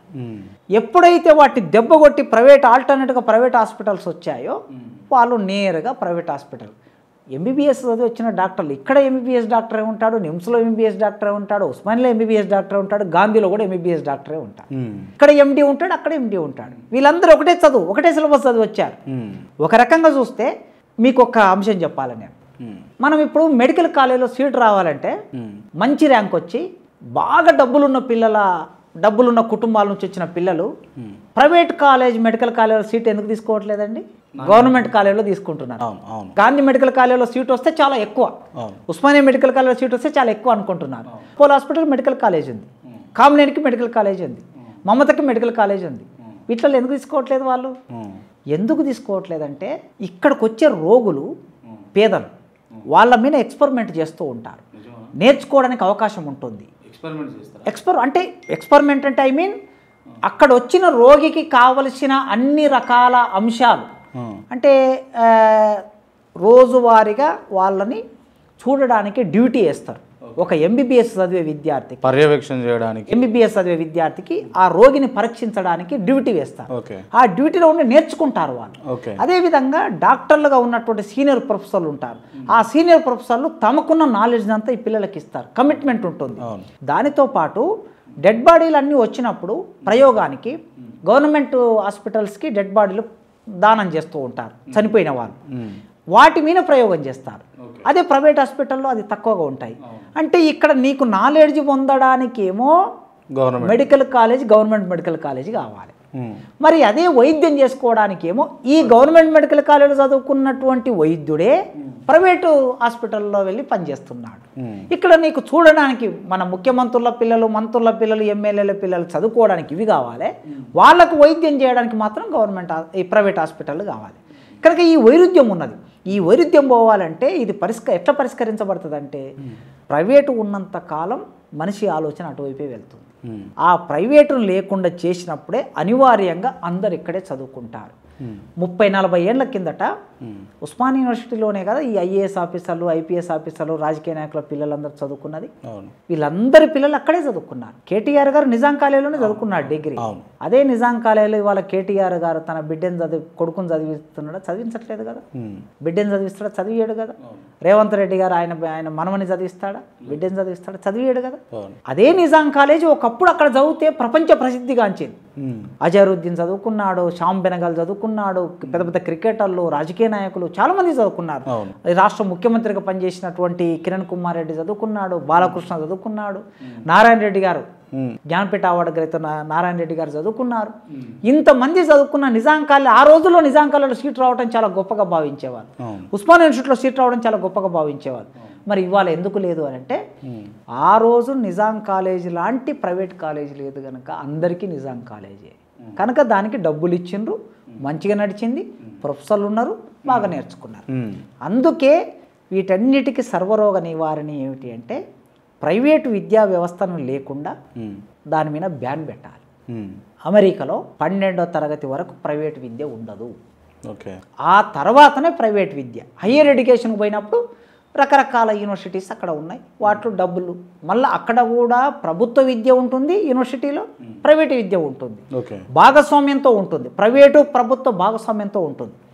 ఇప్పుడు మన ఆయన అమెరికా అధ్యక్షుడు ఒక యూనివర్సిటీ మీద కక్ష కట్టాడు. అసలు మీకు నిధులు విడుదల చేయము అని అంటే, నాకు వ్యతిరేకంగా మీ దగ్గర ధర్నాలు జరుగుతున్నాయి, నాకు వ్యతిరేకంగా మీ ప్రొఫెసర్లు మాట్లాడుతున్నారు, నాకు వ్యతిరేకంగా వ్యాసాలు రాస్తున్నారు, కనుక మీ యూనివర్సిటీకి నేను డబ్బులు ఇవ్వను అంటే, నీవెంత, నీ బిసాస్ ఎంత, ఇవ్వకపోతే ఇవ్వకపో, నా దగ్గర డబ్బులు ఉన్నాయి అంటే ప్రైవేటు వ్యక్తులు ఆ యూనివర్సిటీకి కొన్ని కోట్ల రూపాయలు దానం చేస్తూ ఉంటారు ఎవ్రీ ఇయర్. ప్రభుత్వం మీద ఆధారపడవలసిన అవసరం లేదు. సో ప్రైవేటు ప్రభుత్వ రెండు కమాండ్ యాజమాన్యం కలిగి ఉండటం మూలంగా ఆ విశ్వవిద్యాలయము ఇవాళ ప్రపంచంలో అగ్రగామి విశ్వవిద్యాలయంగా ఉన్నది. కనుక ఆ విధంగా మన దగ్గర కూడా రూపొందాలంటే ప్రైవేటు విద్యా వ్యవస్థని ప్రోత్సహించడం తగ్గించి గవర్నమెంట్ విద్యను ప్రోత్సహించినప్పుడే నాణ్యత వస్తుంది. రైట్. ఇక్కడ ఇప్పుడున్న పరిస్థితులల్లో ప్రైవేట్, ఇప్పుడు మల్లారెడ్డి కావచ్చు, అనురాగ్ కావచ్చు, పలరాజేశ్వర రెడ్డిది కావచ్చు, లేకపోతే ఫాతిమా కావచ్చు, ఇటువంటి యూనివర్సిటీలు పెరుగుకుంటూ పోతున్నాయి. గవర్నమెంట్ అసలు చెప్పుకోవడానికి 2-3 యూనివర్సిటీలు కూడా పెడతలేరు కదా సంవత్సరానికి. ఎందుకు ఇట్లా, ఇది ఎందుకు? అయితే అసలు గవర్నమెంట్ యూనివర్సిటీలు పెట్టడం పక్కన పెడదాం, కాసేపు కొత్త యూనివర్సిటీలను పెట్టడం. రాజశేఖర రెడ్డి ఉన్నప్పుడు 2006-2007 కాలంలో జిల్లాకి ఒక యూనివర్సిటీ పెట్టాడు. ఫస్ట్ మనకు తెలంగాణ రాష్ట్రంలో కాకతీయ యూనివర్సిటీ వరంగల్లో ఉండేది, ఉస్మానియా యూనివర్సిటీ హైదరాబాద్లో ఉండేది. 2 యూనివర్సిటీలు మనం చదువుకోవడానికి. ఆయన ఏం చేశాడు రాజశేఖర రెడ్డి గారు, నిజామాబాద్లో ఒక యూనివర్సిటీ, మహబూబ్నగర్లో ఒక యూనివర్సిటీ, నల్గొండలో మరో యూనివర్సిటీ, తెలంగాణలో ఇంకో యూనివర్సిటీ, ఇట్లా అన్ని జిల్లాకు ఒక యూనివర్సిటీలు పెట్టుకుంటూ వచ్చాడు. బాగుంది, యూనివర్సిటీలు పెట్టినావు, మరి దానికి భవనాలు కావాలి, దానికి సరిపోయిన టీచింగ్ చేయడానికి ప్రొఫెసర్లు కావాలి, దాన్ని నిర్వహణ చేయడానికి నాన్ టీచింగ్ కావాలి, తర్వాత దానికి బడ్జెట్ కావాలి. ఇవి ఇవ్వలేదు. ఏదో 100 మంది ప్రొఫెసర్లు అవసరం ఉంటే 10 మందిని 15 మందిని రిక్రూట్మెంట్ చేశారు.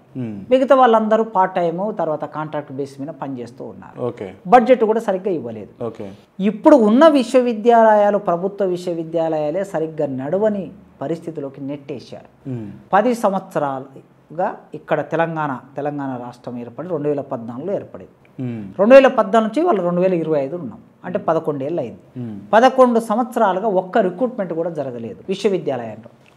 కానీ చాలామంది ప్రొఫెసర్లు రిటైర్డ్ అవుతూ పోయారు, రిటైర్డ్ అవుతున్నారు, కొత్త రిక్రూట్మెంట్ లేదు. ఫలితంగా ఏం జరిగింది అంటే నాణ్యమైన విద్య బోధించడానికి కావలసిన ప్రొఫెసర్లు లేరు.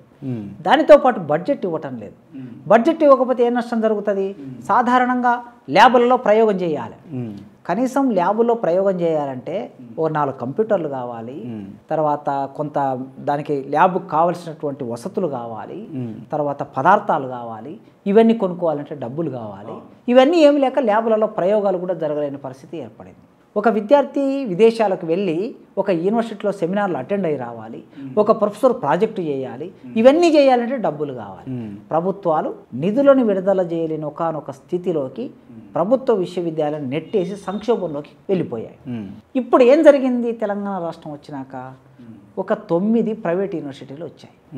ఈ 9 ప్రైవేట్ యూనివర్సిటీస్లోకి విద్యార్థులు మెల్లగా ప్రభుత్వ విశ్వవిద్యాలయాల్లో ప్రొఫెసర్లు లేరు గనక, పాఠాలు చెప్పడం లేదు గనక నాణ్యమైన విద్య అందదు అనే భయంతో డబ్బులున్న తల్లిదండ్రులందరూ ప్రైవేట్ యూనివర్సిటీల వైపు వెళ్ళిపోతున్నారు. వాళ్ళ పిల్లల్ని అక్కడ చదివించుకుంటున్నారు. మరి గవర్నమెంట్ యూనివర్సిటీలో ఎవరు ఉంటున్నారు? మళ్ళీ పేద పిల్లలే. గవర్నమెంట్ పాఠశాలలో ఎవరు ఉంటారు? పేద పిల్లలే. గవర్నమెంట్ యూనివర్సిటీలో ఎవరు ఉంటారు? పేద పిల్లలే. అంటే పేద పిల్లలకి పాఠశాలలో సరైన విద్య ఇవ్వలేదు, యూనివర్సిటీలో సరైన విద్య ఇవ్వటం లేదు. ధనవంతులకి పాఠశాలలో, ప్రైవేట్ స్కూల్లో సరైన విద్యని, యూనివర్సిటీలు వచ్చేసరికి ప్రైవేట్ యూనివర్సిటీల్లో వారికి తగినటువంటి విద్య. ఈ విధంగా ఇవ్వటం అనేది విద్యార్థుల మధ్యన భారతదేశంలో కులాల మధ్యన అసమానత ఎట్లా ఉందో, వర్గాల మధ్య అసమానత ఎట్లా ఉందో, విద్యారంగంలో కూడా అదే అసమానత కొనసాగుతుంది. రైట్, ఈ కులాల ప్రస్తావన వచ్చింది కాబట్టి నిజంగా కాస్ట్ డిస్క్రిమినేషన్ ఉందా? నిన్ననే ఫేస్బుక్లో దిశ పేపర్లో చూశాను నేను, ఒక పెద్ద వార్త వచ్చింది. ఓకే, ఏం వార్త అంటే కరీంనగర్ టౌన్లో ఎస్సీ ఎస్టీలకి ఇల్లు అద్దె ఇవ్వబడదు, హిందువులకు మాత్రమే మా ఇల్లు అద్దె ఇస్తాం అని ఒక బోర్డు రాసి వేలాడదీశారు. విస్తృతంగా ఫేస్బుక్లో వచ్చింది. నిన్న జరిగిన సంఘటన గురించి మాట్లాడుకుంటున్నాం. అసలు కులం ఉందా భారతదేశంలో అని చాలామంది అడుగుతూ ఉంటారు కదా.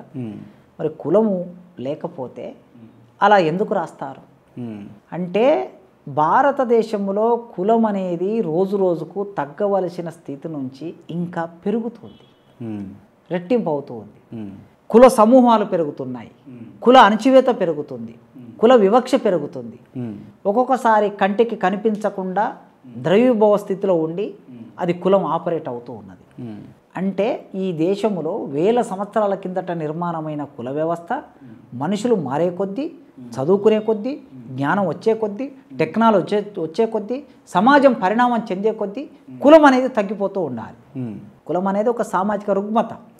మనకు వరకట్నం ఒక సామాజిక రుగ్మత ఉండే, తర్వాత బాల్య వివాహాలు చేయటం ఒక సామాజిక రుగ్మత ఉండే, తర్వాత సతీసాగమనం ఒక సామాజిక రుగ్మత ఉండే, తర్వాత విద్యను ఎస్సీ ఎస్టీలకి కొంత బీసీలకి విద్యను ఇవ్వకూడదు, చదువుకోకూడదు వీళ్ళు అని ఒక సామాజిక రుగ్మత ఉండే, తర్వాత చేతబాడి అని ఒక సామాజిక రుగ్మత ఉండే, మంత్రాలను ఒక సామాజిక రుగ్మత ఉండే, మూఢనమ్మకాలు ఒక సామాజిక రుగ్మత. ఇన్ని సామాజిక రుగ్మతలన్నిటినీ ఒక్కొక్క దాన్ని తగ్గించుకుంటూ రాగలిగినాం. బాల్య వివాహాలు తగ్గిపోయినాయి, తర్వాత వరకట్న సమస్య కొద్ది మేరకు కొంత బ్యాలెన్స్ అయ్యింది. సతీసాగమనం అనేది దాదాపు లేదు, పూర్తిగా పోయింది. తర్వాత చదువుకోవటం అనేది, విద్యలోకి కొన్ని వర్గాలను రానివ్వకూడదు అంటే రాజ్యాంగంలో అంబేద్కర్ ఎవరైనా చదువుకోవచ్చు అనే రాజ్యాంగం రాసేయడానికి ఇప్పుడు అందరూ చదువుకోవడానికి అవకాశం ఏర్పడింది. తర్వాత చేతబడి, తర్వాత మంత్రాలు వగైరా అప్పుడప్పుడు కొన్ని వార్తలు వింటాం, అయినా కూడా కొంత మేరకు అది కూడా తగ్గిపోయింది. అన్నీ తగ్గుతూ వచ్చాయి కులం రుగ్మతలు, కానీ కులం మాత్రం పెరుగుతూ వస్తుంది, బలపడింది, బాగా బలపడింది. ఇప్పుడు కులాల పేరు మీద కలయికలు, కులాల పేరు మీద ఎమ్మెల్యేలు, కులాల పేరు మీద ఎంపీలు, కులాల పేరు మీద ఓట్లు, కులాల పేరు మీద మంత్రులు, కులాల పేరు మీద పథకాలు. ఏమిటండి అసలు ప్రభుత్వాలు వ్యవస్థలో ఈ విధంగా కులం అనేది నిర్మూలన కావలసిన కులాన్ని రోజు రోజుకు పెంచుతున్నామంటే, మరి మరోవైపు ఏమో ఇంకెక్కడి కులం అండి అంటూ ఉంటారు. కానీ రోజు రోజుకి కులం వివిధ రూపాలు మార్చుకొని ఈ సమాజమైన విపరీతమైన ప్రభావం చూపిస్తుంది. రైట్, ఏ రాజకీయ పార్టీ నాయకుడైనా దళితుల ఇళ్లలోకి పోయి భోజనం చేసినప్పుడు పేపర్లో నెక్స్ట్ డే పడుతుంది, దళితుల ఇళ్లల్లో భోజనం చేసిన ఫలానా నాయకుడు అని పడుతుంది. దానికి ఏంది, ఆ ఇండికేషన్ ఏంది? అండ్ అఫ్ కోర్స్ మీకు కూడా పదవి ఇచ్చినప్పుడు, అంటే మీకు కూడా ప్రమోషన్ ఇచ్చినప్పుడు దళితుడైనటువంటి కాసింకి ప్రభుత్వం వెంటనే అధికారంలోకి రాగానే ఈ పని చేసి పెట్టినాము అని చెప్పేసి ఇట్లా చెప్పుకోవచ్చు. ఎందుకు ముఖ్యమంత్రి చెప్పాడు, ముఖ్యమంత్రి అది నిజమే. అంటే చూడండి, సమాజంలో రాజకీయ నాయకులు తమ రాజకీయ పలుకుబడి కోసం, ఓట్ల కోసం వివిధ సందర్భాలలో కింది వర్గాలకి మేము ఈ పదవి ఇచ్చాము అని చెప్తున్నారు ఓపెన్గా. ఎస్టీకి ఒక వీసీ పదవి ఇచ్చాం, ఎస్సీకి ఒక వీసీ పదవి ఇచ్చాం, లేకపోతే ఒక ఎమ్మెల్యే, ఒక మినిస్టర్ పదవి ఇచ్చాం అని ప్రచారం చేసుకుంటున్నారు. అదే మరి ఒక బ్రాహ్మణుడికి, ఒక రెడ్డికి, ఒక వెలమకి, ఒక కాపు కమ్మకి ఇచ్చినప్పుడు ప్రచారం చేస్తున్నారంటే చేయటం లేదు. అదేవిధంగా సమాజంలో అప్పుడప్పుడు ఏమైనా నిరసన వ్యక్తం చేయాలనుకుంటే, ఎవరైనా పై వర్గాలు ముఖ్యంగా నిరసన వ్యక్తం చేయాలనుకుంటే రోడ్లు ఓడిచి నిరసన వ్యక్తం చేస్తారు, చెప్పులు బూట్ పాలిష్ చేసి నిరసన వ్యక్తం చేస్తారు. అంటే వాళ్ళు నిరసన వ్యక్తం చేయాలంటే కూడా కింది వర్గాలకు సంబంధించిన పరికరాలే వాళ్ళకు వస్తున్నాయి. అంటే ఎందుకు దాన్ని ఎందుకు ఇండికేషన్ అంటే సమాజంలో తక్కువ స్థాయి, ఇదో మేము బ్రాహ్మణులం, మేము రెడ్లం, మేము మార్వాడీలం, మేము బనియా, కానీ ఇప్పుడు మేము చూడు మా పరిస్థితి చెప్పులు బూట్ పాలిష్ చేస్తున్నాం, ఊడుస్తున్నాం రోడ్లు. అంటే రోడ్లు ఊడ్చేవాడు తక్కువ, బూట్ పాలిష్ చేసేవాడు తక్కువ, అట్లాంటి తక్కువ పనులు చేస్తున్నామంటే మాకు ఇంత అన్యాయం జరిగింది అని సమాజంలో. ఓకే. కనుక ఒక మంత్రి వెళ్ళి ఒక హాస్టల్లో, ఎస్సీ హాస్టల్లో లేక దళితుడి ఇళ్ళల్లో కూర్చొని భోజనం చేసి వచ్చిందంటే అది పెద్ద వార్త ఎందుకు అవుతుంది అంటే మన మెదడులోనే, సమాజం మెదడులోనే కులం అనేది పీట వేసుకొని కూర్చున్నది. మెదడులో నుంచి కులం పోనంత కాలం భారతదేశంలో ఈ కులానికి సంబంధించిన ఈ వ్యక్తీకరణలు భిన్న రూపాల్లో కొనసాగుతూనే ఉంటాయి. భారతదేశంలో కులము వివిధ స్థాయిలో పనిచేయటం అనేది మనం చూస్తూ ఉంటాం. గ్రామంలో కుల వివక్ష కొనసాగుతూ ఉంటుంది, పట్టణంలో కుల వివక్ష కొనసాగుతూ ఉంటుంది, విశ్వవిద్యాలయాల్లో కుల వివక్ష కొనసాగుతూ ఉంటుంది. ఈ అన్ని స్థాయిలలో ఈ కుల వివక్ష ఏ పద్ధతిలో కొనసాగుతుంది అనే అంశాన్ని కవులు వివిధ సందర్భాల్లో తమ కవిత్వం ద్వారా, పాటల ద్వారా వ్యక్తం చేసి ఉన్నారు. మా ఊరి పోరగాడు సందీపు భార్గవుడు ఉస్మానియా కాలేజీలో డాక్టరుగా చదువంగా, మా ఊరి పోరగాడు సందీపు భార్గవుడు ఉస్మానియా కాలేజీలో డాక్టరుగా చదువంగా, నువ్వు అడ్మిషను తీసుకొని క్లాసులోకి పోగానే బాబు మీరెవరంటూ భుజం మీన చెయ్యేసి తడిమి తడిమి చూసుకుంటూ జంధ్యం చేయకందగానే ఈ పోరడు మా ఓడని ఇక నమ్మకం వచ్చినాక ఫస్ట్ క్లాసు మార్కులేసి పైకి పైకి పంపుతారట. ఇంటివే ఈరన్న కాలేజీ చదువుల్లో కులం చేసే గమ్మత్తో ఇంటివే ఈరన్న, ఇంటివే ఈరన్న కంటివే ఈరన్న కాలేజీ చదువుల్లో కులం చేసే గమ్మత్తో ఇంటివే ఈరన్న, నువ్వు అడ్మిషను తీసుకొని క్లాసులోకి పోగానే ఎర్రగా బుర్రగా ఉంటే భార్గవంటే బ్రాహ్మణుడని డాక్టరు డిగ్రీతో పాటు తన డాక్టరునిచ్చెనట. ఇంటివే ఈరన్న కాలేజీ చదువుల్లో కులం చేసే గమ్మత్తో ఇంటివే ఈరన్న. రైట్. ఇప్పటికి కూడా కులాల ఆధారంగానే పెళ్ళిళ్ళు జరుగుతున్నాయి. ఇక మరి ఇప్పుడు పోతుంది ఇంకా. అందుకే దేశంలో కుల నిర్మూలన జరగడానికి కావలసిన కార్యాచరణ అసలు ప్రభుత్వానికి ఎన్నడూ లేదు. భారతదేశంలో కులాలు ఉండాలనే ప్రభుత్వం కోరుకుంటుంది, ప్రభుత్వంలో ఉండే పాలకులు కోరుకుంటున్నారు. ఓకే. దేశానికి ప్రధానమంత్రుల జాబితా చూసినా, రాష్ట్రాలకి ముఖ్యమంత్రుల జాబితాలు చూసినా, ప్రధానమైనటువంటి స్థానాల్లో ఉన్న వ్యక్తుల జాబితాలు చూసినా, సుప్రీంకోర్టు ప్రధాన న్యాయమూర్తుల జాబితాలు చూసినా, లేకపోతే ఇస్రో చైర్మన్ల జాబితాలు చూసినా మనకి కొట్టొచ్చినట్లు చాలా స్పష్టంగా కనిపిస్తుంది ఆయా స్థాయిలలో ఎవరున్నారు అనేది. అందుకే ప్రభుత్వము కులం పోవాలంటే ఏం చేయాలి? మెదడులో కూర్చున్నటువంటి కులాన్ని శుభ్రం చేయాలి. దానితో పాటు సమాజంలో వివిధ స్థాయిలలో ప్లే అవుతున్న కులాన్ని రూపుమాపాలి. రూపుమాపాలంటే చట్టాలు చేస్తే సరిపోదు. చట్టాలు ఉన్నాయి, అంటరానితనం అమానుషం, దాన్ని పాటించుట నేరం అని రాజ్యాంగంలో రాయబడి ఉంది. ఆర్టికల్ 17 ప్రకారం రాయబడి ఉన్నది. ఈ 17 ప్రకారం రాయబడినటువంటి ఈ ఆర్టికల్ అయినా ఆర్టికల్ ఉన్న అంటరానితనం పాటిస్తూ ఉన్నారు. చాలా చోట్ల కులం పేరు మీద దూరం పెడుతుంది. ఒట్టినాగులపల్లి హైదరాబాద్కి 20 కిలోమీటర్ల దూరంలో గచ్చిబోయిలు పక్కన ఉంటుంది. మనం కూర్చున్న చోటుకి 20 కిలోమీటర్లు. ఒట్టినాగులపల్లి లాస్ట్ ఇయర్ బోనాల పండుగ, బోనాలు ఎత్తుకొని మాదిగ వాళ్ళు ఊరిలోకి వచ్చారు. బోనాలు ఎత్తుకొని మాదిగ వాళ్ళు వస్తే మాదిగ వాళ్ళు బోనాలు తీసుకొని నడివీధిలోకి రావద్దని వాళ్ళని బహిష్కరించారు కులం పేరు మీద. ఇది 2024లో జరిగినటువంటి సంఘటన. అంటే కులము ఇంకా అది వివిధ స్థాయిలలో వ్యక్తం అవుతున్నది, ప్రాక్టీస్ చేయబడుతుంది. ఇప్పుడు గుళ్ళల్లోకి అంటే నిమ్న స్థాయి వర్గాలు, మాలలు కావచ్చు, మాదిగలు కావచ్చు, అడుగు పెట్టొద్దు, రావద్దు అని చెప్పేసి ఇది దేవుడు నిర్ణయించిందా లేకపోతే మనుషులు నిర్ణయించిందేనా? మనుషులు నిర్ణయించారు. దేవుడు అసలుకు మనుషులు చేసిన దేవుళ్ళారా, దేవుడు చేసిన మనుషుల్లారా గురిజాడ అప్పారావు రాశాడు. అసలు మనుషులు చేసిన దేవుడా, దేవుడు చేసిన మనుషులు అంటే ఆయన మనుషులు చేసిన దేవుళ్ళు అన్నారు. అంటే మనిషే దేవుని సృష్టించాడు కనుక కుల వివక్షను కూడా సృష్టించింది ఎవరు? మనిషే. ఆయన మాస్టర్జీ గారు రాశారు. ఏమని రాశారంటే ఈ సమాజంలో ఈ వ్యవస్థ ఇన్ని రకాలుగా నిర్మాణమై ఉన్న వ్యవస్థలో ఈ అంతరాలు ఎవరు సృష్టించారు అని అంటే వాళ్ళు ఏం చేశారు? పుస్తకం మనువాదం అనే ఒక పుస్తకం ఉంది, మనశాస్త్రం. ఆ పుస్తకంలో రాశారు రాసిన దాన్ని ఆయన మాస్టర్జీ తన కవితలో చెప్పాడు. ఓకే. బాపన్లు బొట్టింది బ్రహ్మ శిరసు నుంచంట, బాపన్లు బొట్టింది బ్రహ్మ శిరసు నుంచంట, క్షత్రియులు బొట్టింది బ్రహ్మ చేతి నుంచంట, వైశ్యులు బొట్టింది బ్రహ్మ తొడల నుంచంట, శూద్రులు బొట్టింది బ్రహ్మ పదం నుంచంట. మనిషి ఎట్లా పుడతాడో మనిషి అయినోడికి ఎరుక, మనిషి ఎట్లా పుడతాడో మనిషి అయినోడికి ఎరుక, బూర్ది గుంటల గొర్రె గార్దులకు ఏ మెరుక అని రాశాడు ఆయన. అంటే మనిషి ఎట్లా పుడతాడు శాస్త్రబద్ధంగా? తల్లికి తండ్రికి పుడతారు మనుషులు. కానీ తల నుంచి, చేతుల నుంచి, తొడల నుంచి, పాదాల నుంచి పుట్టారు అని చెప్పాడు. అంటే నేను మాట్లాడొచ్చా ఇప్పుడు?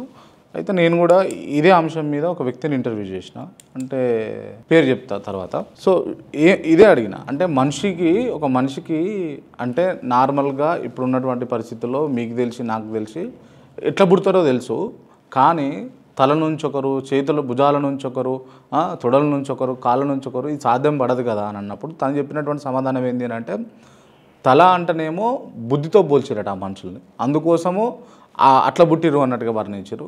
చేతులు భుజాలు అంటేనేమో పని చేసేవాళ్ళు, శ్రామికులు, అందుకోసము అంటే కండబలం ఉన్నవాళ్ళు, అందుకోసమే వాళ్ళను ఇట్లా పోల్చారు. దాని తర్వాత తొడల నుంచి అని అంటే ఇంకో రకంగా ఇది చేస్తారు కాబట్టి ఇట్లా. ఈ పాదాల నుంచి అంటే పాదాలు అంటే అసలు పాదాలు లేకపోతే మనిషి లేడు కదా, నడవాలి, ఇది కలవాలి, ఇదంతా బాడీ అంతా నడవాలి అని అంటే పాదాలు ఉండాలి. పాదాలు ఉండాలంటే పాదాలకించి ఉన్నటువంటి శూద్రులు పని చేస్తే ఈ వ్యవస్థలన్నీ నడుస్తాయి అని చెప్పేసి తను వివరించాడు. కానీ మరి వాళ్ళ అర్థం చెప్పలేదు కదా. ఆ లెక్కలో చూస్తే ఇప్పుడు మీరు అన్నట్లు భుజాల నుంచి పుట్టిన వాళ్ళు క్షత్రియులు, బాగా బలం ఉన్న వాళ్ళు భుజాల నుంచి పుట్టిన వాళ్ళు శ్రామికులు, పనిచేసే వాళ్ళు అన్నారు కదా. మరి శ్రామికులు భుజాల నుంచి పుట్టినరు అనే విషయం చెప్పలేదు వాళ్ళు అక్కడ శాస్త్రంలో. వాళ్ళు మనశాస్త్రంలో భుజాల నుంచి పుట్టినవాడు క్షత్రియుడు, బావుల నుంచి పుట్టినవాడు క్షత్రియుడు. ఈ క్షత్రియుడు ఏం చేయాలి? రాజ్యం పరిపాలించాలని రాశారు అక్కడ. మరి రాజ్యం పరిపాలించాలని ఒకవేళ నిజంగా బలం అని అంటే రైతు, కార్మికుడు తన శరీర శ్రమను ఉపయోగించి సమాజాన్ని ఉత్పత్తి చేసి ఈ దేశాన్ని నడిపేవాడు. మరి అలా నడిపేవాడు ఈ చేతుల నుంచి పుట్టి ఉంటే ఎక్కడుండాలి? తల తర్వాత ఉండాలి. బుద్ధి అంటున్నారు. అసలు ఏమిటి బుద్ధి అంటే? తెలివి అనే అర్థంలో వాడుతున్నారు. తెలివి అంటే ఏమంటున్నారు? కొందరికే ఉంటుంది. తల నుంచి పుట్టిన వాళ్ళు చదువుకుంటారు, తల నుంచి పుట్టిన వారు ఆలోచిస్తారు, ఆలోచన నుంచి తల నుంచి జ్ఞానం బయటకు వస్తుంది, పుస్తకాలు రాస్తారు. ఇది చెప్పారు వాళ్ళు. ఇది కనుక బ్రాహ్మణులు పుస్తకాలు రాస్తుంటారు, బ్రాహ్మణులు ఆలోచిస్తుంటారు, బ్రాహ్మణులు మంత్రాలు చదువుతారు, బ్రాహ్మణులు సమాజాన్ని నడిపించడానికి కావలసిన జ్ఞానాన్ని ఇస్తారు. అందుకే తల నుంచి పుట్టాడు అంటున్నారు. మరి జ్ఞానం అంటే ఏమిటి? ఎవరికి జ్ఞానం ఉంది? ఆ లెక్కలో చూస్తే రామాయణం రాసింది వాల్మీకి, వాళ్ళ లెక్క ప్రకారం చెప్తున్నాను నేను. వాల్మీకి బోయవాడని చెప్పారు మీరే. మరి బోయవాడు బ్రాహ్మణుడు కాదు కదా. వ్యాసుడు, భారతం రాసిన వ్యాసుడు ఎక్కడి నుంచి వచ్చాడు? ఏ నీచమైన ఆ కులం అని మీరు చెప్పబడుతున్నారు, ఆ కులం నుంచి వచ్చినటువంటి తల్లికి పుట్టినటువంటి వాడు వ్యాసుడు. ఇట్లా మీరు చూస్తే మీరు చెప్పే ప్రామాణిక గ్రంథాలు, కృష్ణుడు భగవద్గీత చెప్పారు అంటున్నారు. మీ లెక్క ప్రకారం కృష్ణుడు ఎక్కడ పాదాల నుంచి పుట్టినటువంటి శూద్ర కులంలో, యాదవ కులంలో పుట్టాడని మీరు అంటున్నారు. దాని ప్రకారం చూస్తే అంటే ఇట్లా మనం చూసినప్పుడు మీరు ఏవైతే జ్ఞానం అనే మాట వాడి జ్ఞానం బ్రాహ్మణులకే ఉంటుందని మీరు అన్నారో, ఆ జ్ఞానం మీరు చెబుతున్న పుస్తకాలన్నీ సృష్టించిన వాళ్ళు, రాసిన వాళ్ళు కింది కులాల వాళ్ళే అనేది చరిత్రలో భాగమై ఉన్నది. మరి అలా భాగమై ఉన్నప్పుడు వాళ్ళకెందుకు గౌరవం లేదు అని, ఆ కులాల నుంచి వచ్చిన తర్వాతి తరాలకి, వ్యాసుడి వారసులకి, లేకపోతే వాల్మీకి వారసులకి, లేకపోతే కృష్ణుడి వారసులు ఇవాళ సమాజంలో ఎందుకు బానిసలుగా మారిపోయారు? ఎందుకు అధికారం లేకుండా మారిపోయారు? ఎందుకు సంపద లేకుండా మారిపోయారు? ఎందుకు గౌరవం లేకుండా మారిపోయారు? ఎందుకు కులపీడను అనుభవిస్తున్నారు అనే చర్చ ఇవాళ మనం చేస్తున్నాం. అందుకే జ్ఞానం అనేది మెదడులో ఉంటుంది. ఆ మెదడులో ఉన్న జ్ఞానం మెదడు నుంచి పుట్టిన వాళ్ళకు ఉంటుంది. వాళ్ళు బ్రాహ్మణులు అంటే జ్ఞానం సమాజంలో అందరికీ సమానంగా ఉంటుంది. ఇక మనం గ్రామీణ జీవితం చూసినప్పుడు చదువుకొని, పట్టణంలో చదువుకొని కాస్త చైతన్యం పొంది, సంస్కారం పొంది, మంచి డ్రెస్ వేసుకొని నీట్గా గ్రామాల్లోకి పండగల సందర్భంలో వెళ్ళినప్పుడు ఒకప్పుడు పై కులాల వాళ్ళు, ఇంకా చాలా చోట్ల ఉత్తర భారతదేశంలో గుర్రం మీద ఎక్కితే పట్టుకొని కొడుతున్నారు, లేదా మంచి బండి మీద వెళ్తే అవమానిస్తున్నారు, నడివీధుల్లో పెళ్లి బరాతు ఊరేగించినందుకు చంపుతున్నారు, దాడులు చేస్తున్నారు. ఈ రోజు వరకు కొనసాగుతూ ఉన్నాయి. తెలంగాణ గ్రామాల్లో కూడా ఒకప్పుడు కొనసాగాయి. ఇప్పటికీ కొన్ని పరిమితుల్లోనైనా వివక్ష ఉంటూ ఉంటుంది. ఆ సందర్భం చూసినప్పుడు మాస్టర్జీ అనే ఒక కవి రాశాడు. మంచి డ్రెస్ వేసుకొని గ్రామంలోకి వెళ్ళిన తర్వాత ఆ పెద్ద మనుషులు అక్కడ కూర్చొని వారిని చూసి ఎవరు అని అడిగారట.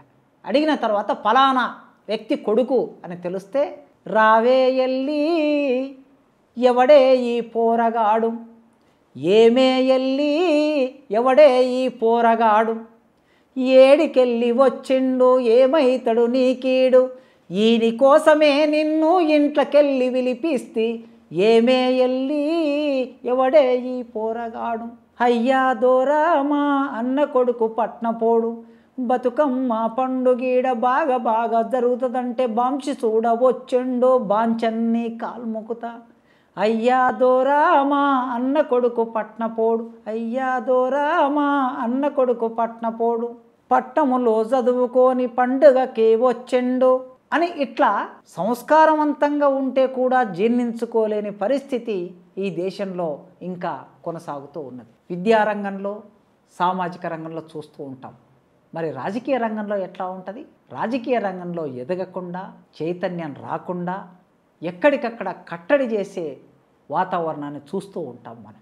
ఆ కట్టడి చేయటం అనేది మొట్టమొదలు మనిషిలో చైతన్యం రాకుండా చూస్తారు, జో కొడతారు, జోలపాట పాడుతూ ఉంటారు. చిన్న చిన్న పథకాలు మన చేతుల్లో పెట్టి అధికారాన్ని వాళ్ళు స్వాధీనం చేసుకుంటూ ఉంటారు. జో జోర దళితన్న జోర దళితన్న జో జో, జో జోర దళితన్న జోర దళితన్న జో జో, జో కొట్టకుంటే నీవు మేలుకొంటావు, నీవు మేలుకొంటే మా మేడలే కూలు జో జో, జో కొట్టకుంటే నీవు మేలుకొంటావు, నీవు మేలుకొంటే మా మేడలే కూలు జో జో, నీ శక్తి ఎంతటిదో నీకు తెలియదురా, అప్పుడే పుట్టిన హనుమంతునోలే సూర్యుని మింగేటి శక్తి నీకుంది జో జో.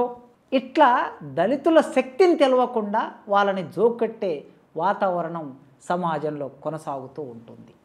కనుక దళితులు ఎప్పుడైనా సరే పులుల్లాగానే ఉండాలి అని అంటాడు గద్దర్.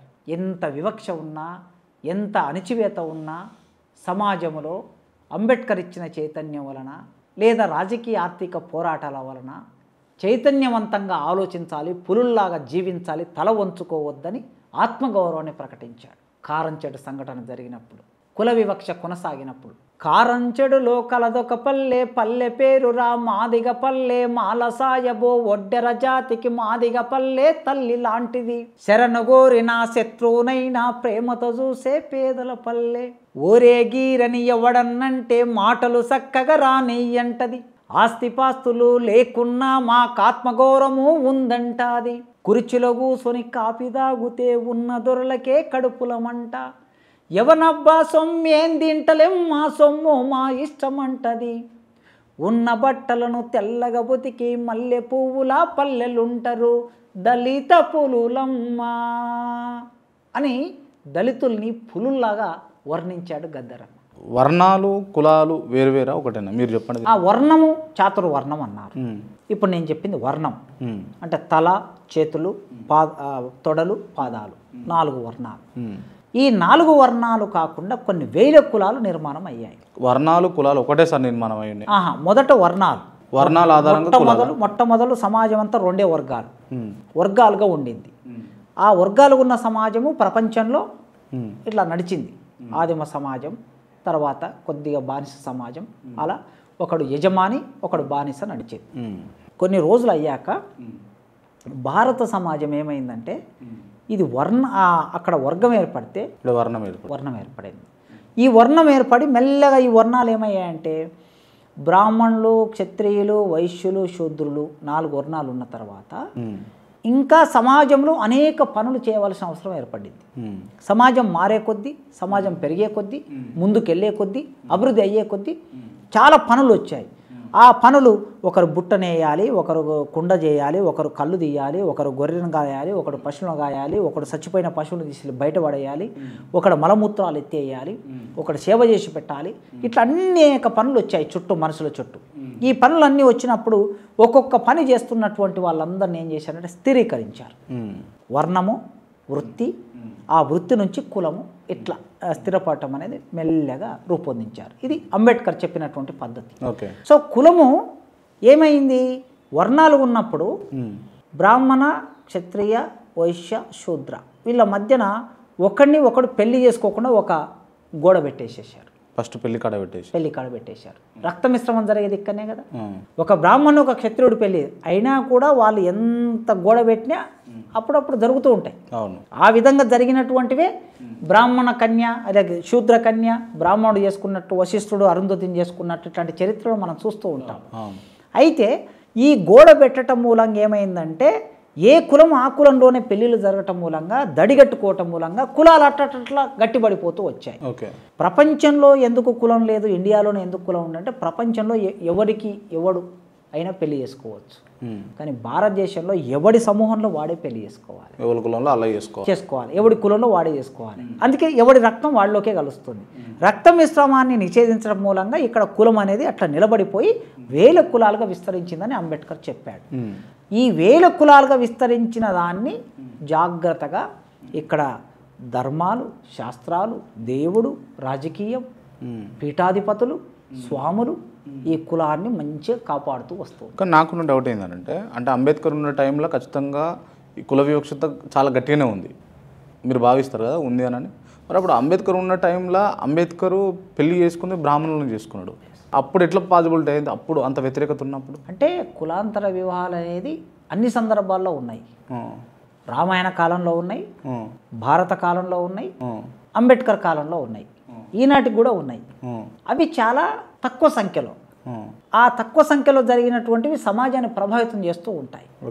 అందుకే అంబేద్కరు ఆనాటి కాలంలో కుల నిర్మూలన జరగాలి, దానికి అడ్డంకి పెళ్ళిళ్ళే ఉన్నాయి కనుక ఒక కులం మరో కులం పెళ్లి చేసుకోకపోవటం మూలంగానే ఇలా జరుగుతుంది కనుక తన జీవితంలో దాన్ని ఆచరించి చూపించడానికి కోసం అలా వాంటెడ్గానే చేసుకున్నాడు. అంటే వాంటెడ్ అంటే ఆనాడు ఎలా పెళ్లి జరిగిందనేది వాళ్ళిద్దరి మధ్య జరిగిన ఉత్తర ప్రత్యుత్తరాలు ఉంటే మనం ఇప్పుడు ఒక అంచనా వేసేవాళ్ళం.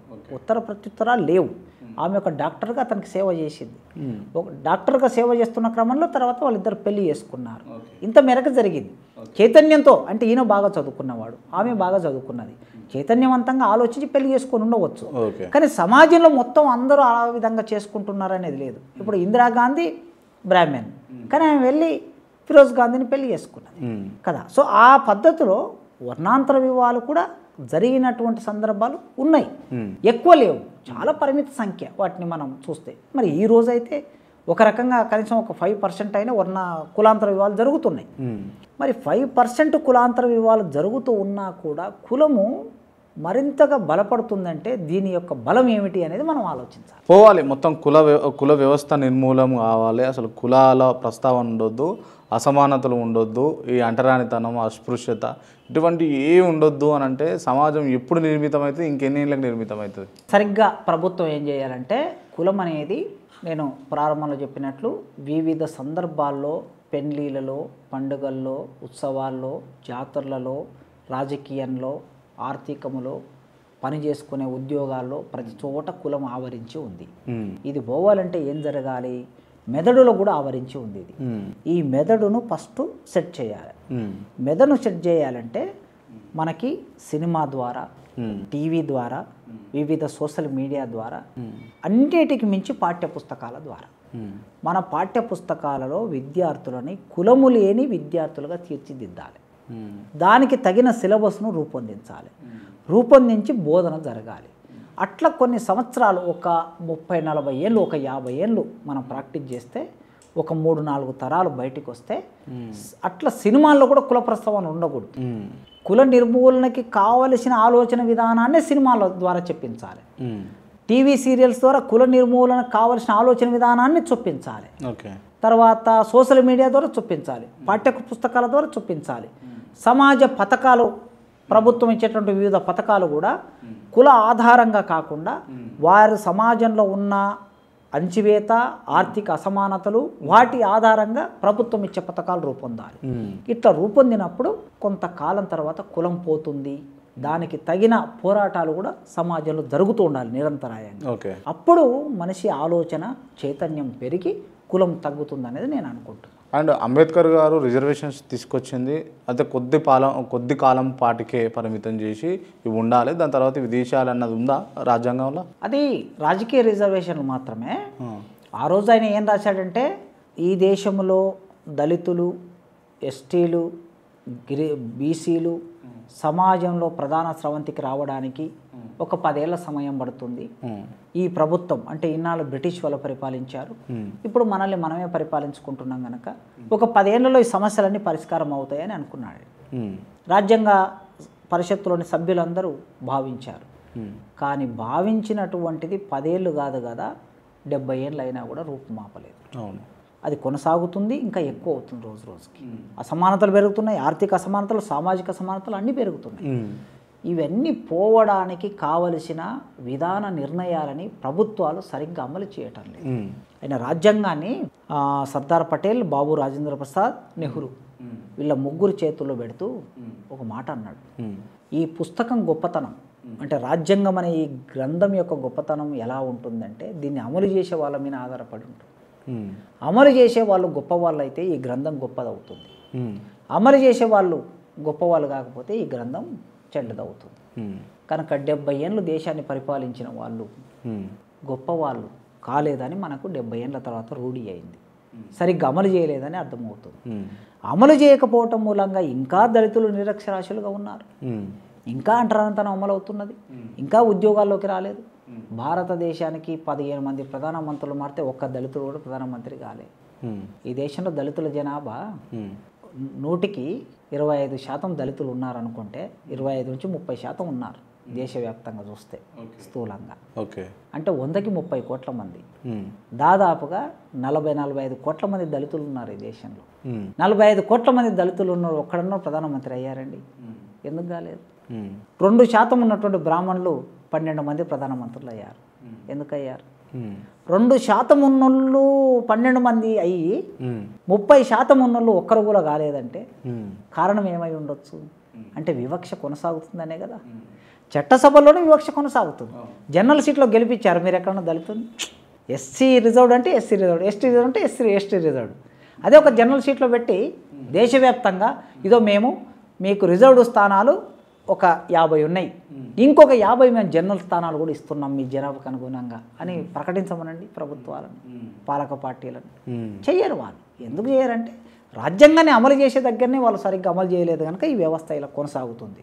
అందుకే అంబేద్కర్ రాసిన రిజర్వేషన్ అనేది 10 ఏళ్లకొని భావించాడు, వీళ్ళు గొప్పవాళ్ళు గొప్పగా అమలు చేస్తారని భావించాడు.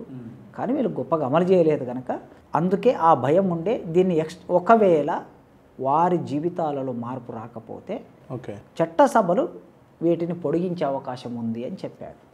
ఇప్పుడు ప్రతి 10 ఏళ్లకోసారి రాజకీయ రిజర్వేషన్లు పొడిగిస్తూనే ఉన్నారు. ఇక విద్యా ఉద్యోగాల్లో రిజర్వేషన్లు చూస్తే ఇప్పటికీ ఇంకా విద్యా ఉద్యోగ రంగంలో దళితులు, తర్వాత ట్రైబ్స్, తర్వాత బీసీలు, ఇవాళ బీసీలు రిజర్వేషన్ల కోసం కొట్లాడుతున్నారు. ఒక మేరకు దళితులైనా కొద్దిగా చదువుకొని కొన్ని స్థానాలకు రాగలిగారు, వాళ్ళకి రిజర్వేషన్ ఉండటం మూలంగా. ఎస్టీలు కూడా కొన్ని స్థానాలకు రాగలిగారు, వాళ్ళకి విద్యా ఉద్యోగ రంగంలో రిజర్వేషన్ ఉన్నాయి, చట్టసభలో రిజర్వేషన్ ఉన్నాయి. బీసీలకి చట్టసభలో రిజర్వేషన్ లేదు కదా, అసెంబ్లీలో లేదు, పార్లమెంట్లో లేదు. మరి లేనప్పుడు ఎక్కడి నుంచి వస్తారు వాళ్ళు ఇంకా వృత్తుల మీద ఆధారపడి బతుకుతున్నారండి. నేను మొన్న ఈ మధ్యన ఒక సర్వే బీసీ రిజర్వేషన్ సందర్భంలో 2-3 కులాలను సర్వే చేశాను. చేస్తే 10 లక్షలు 15 లక్షలు ఉన్నటువంటి కుల జనాభా ఉంది వాళ్ళకి. ఆ జనాభా అంతా ఉన్నటువంటి కులం నుంచి ఒక్కరు కూడా మంత్రి కాలేదు, ఒక్కరు కూడా ఎమ్మెల్యే కాలేదు, ఒక్కరు కూడా ఎంపీ కాలేదు, ఐఏఎస్ ఆఫీసర్లు కాలేదు, ప్రొఫెసర్లు కాలేదు. ఎట్లా మరి? అండ్ నేను కొన్ని చోట్ల విన్నా ఇది, అంటే ఒక అగ్రవర్ణానికి చెంది రిజర్వేషన్లు పొందలేని వ్యక్తికి చెప్పినటువంటి బాధ. తను విద్యావంతుడు, జ్ఞానం ఉన్నది, చదువుకున్నాడు అని 200 మార్కులు వచ్చినాయట, ఉద్యోగం రాలే. కానీ 80 మార్కులు వచ్చినటువంటి దళితునికి, రిజర్వేషన్లు పొందగలిగినటువంటి వ్యక్తికి ఉద్యోగం వచ్చింది. ఇక్కడ ప్రతిభకి ఇవ్వాలన్నా ఉద్యోగము, లేకపోతే రిజర్వేషన్కి ఇవ్వాలన్నా అని అన్నది ఆయన క్వశ్చన్. దీనికి మీ సమాధానం ఏంది? ఆ బ్రాహ్మణుడు లేకపోతే ఏదో పై కులం అతను అనుకుందాం, ఆయనకు 200 మార్కులు వచ్చినాయి.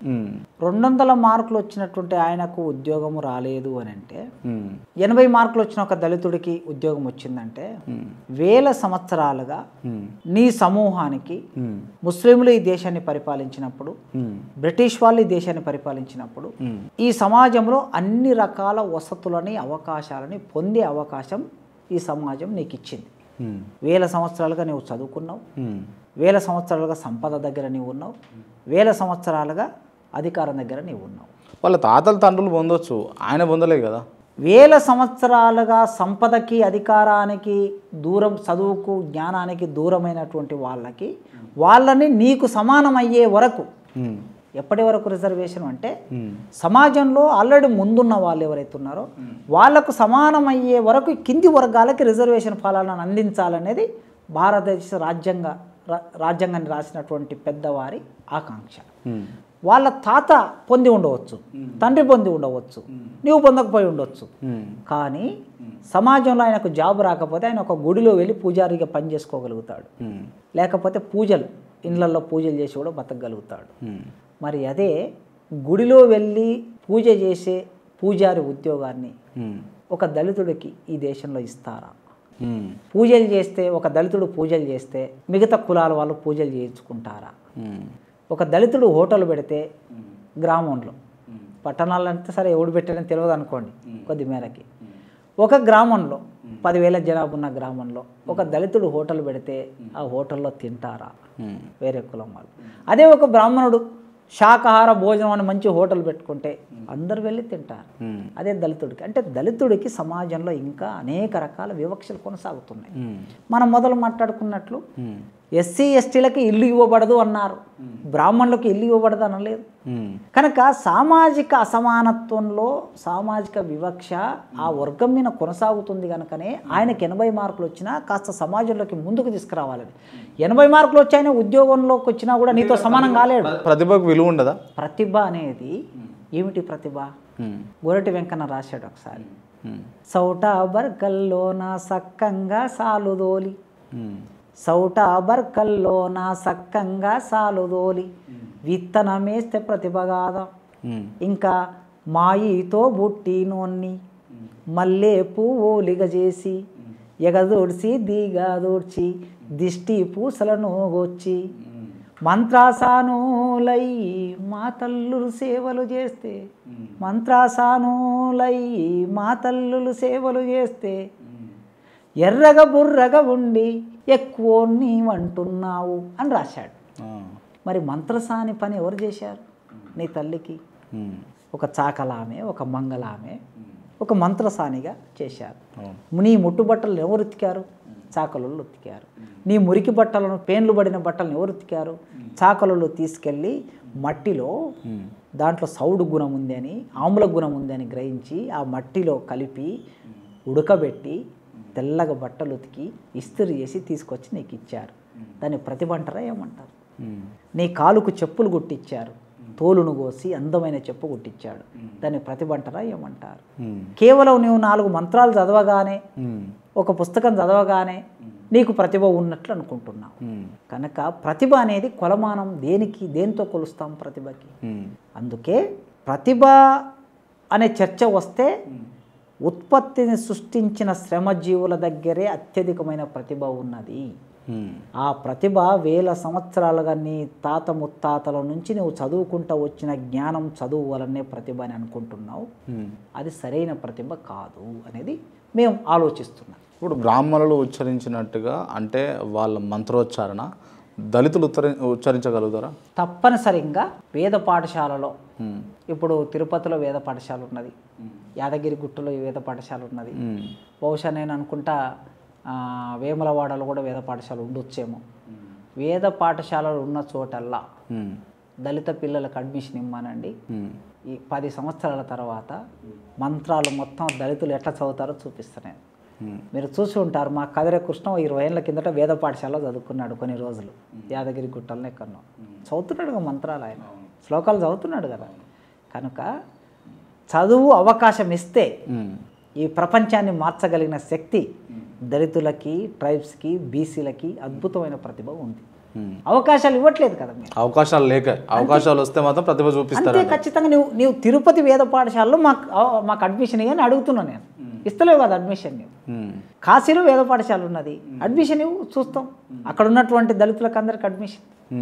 అందుకోసమే ప్రతిభ అనే చర్చ ముందుకొస్తే ఆ ప్రతిభ కేవలం 4 అక్షరాలు వస్తే ప్రతిభ కాదు.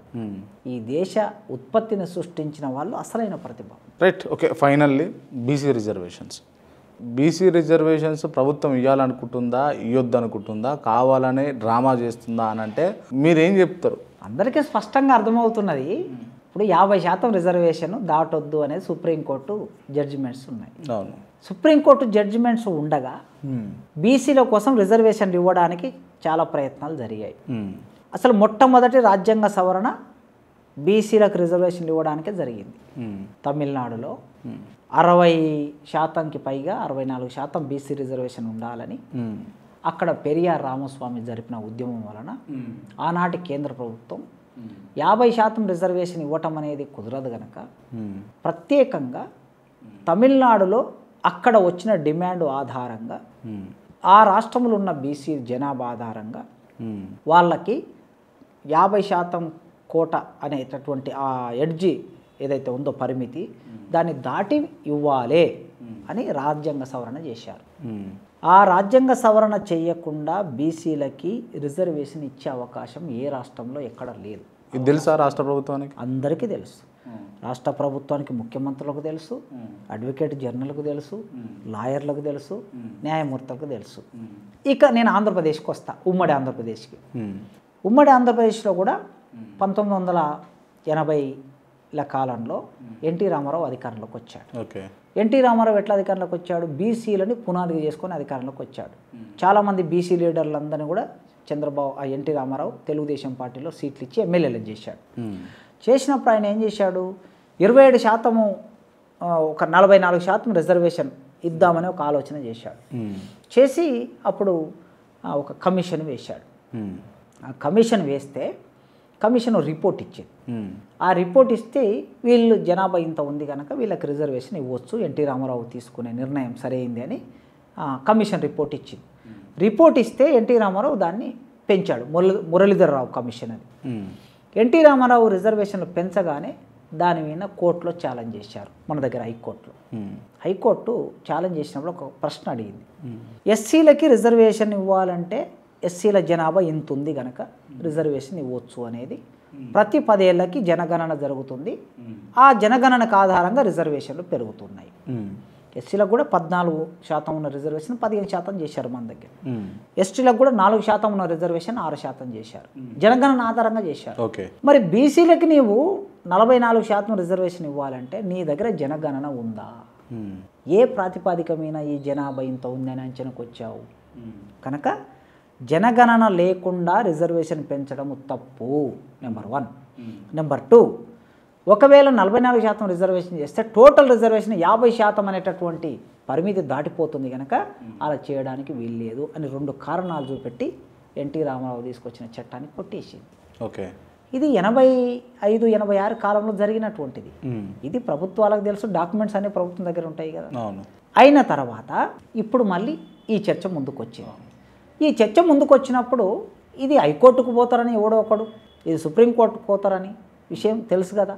కాంగ్రెస్ పార్టీకి తెలుసు, బీజేపీ పార్టీకి తెలుసు, బీఆర్ఎస్ పార్టీకి తెలుసు, 3 పార్టీలకు తెలుసు. ఈ 3 పార్టీలు అసెంబ్లీలో ఉన్నాయి. ఈ చర్చ జరుగుతూ ఉన్నప్పుడు అసలుకి ఇది భారత రాజ్యాంగబద్ధంగా రాజ్యాంగ సవరణ జరిగి తమిళనాడులో ఇచ్చినట్లుగా మన దగ్గర ఇవ్వాలంటే రాజ్యాంగ సవరణ జరగాలి. రాజ్యాంగ సవరణ జరగాలంటే పార్లమెంట్ సమావేశాలు జరగాలి. పార్లమెంట్ సమావేశాల్లో 2/3 వంతు మెంబర్లు ఆమోదించి రాజ్యాంగ సవరణ చేసి దీన్ని ఏం చేయాలి?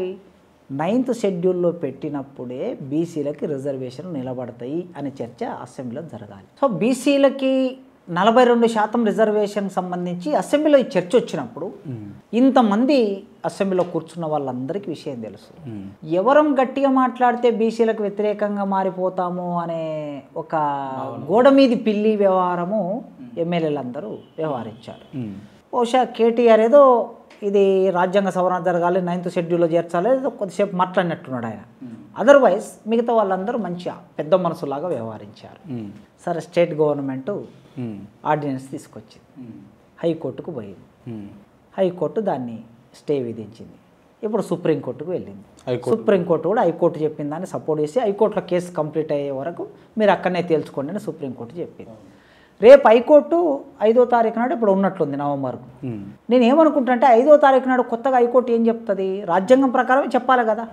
బీసీలకు 42% రిజర్వేషన్ ఇస్తే 42% ప్లస్ ఎస్సీలు 15% ప్లస్ ఎస్టీలు 10%, ఎస్సీ ఎస్టీలు 25% ఉన్నారు. అంటే ఏమవుతుంది, ఇది 60% దాటిపోతుంది. ఇప్పుడు తమిళనాడులో ఎంత శాతం ఉంది రిజర్వేషన్? తమిళనాడులో ఇప్పుడు 69 ఉంది అనుకుంటాను.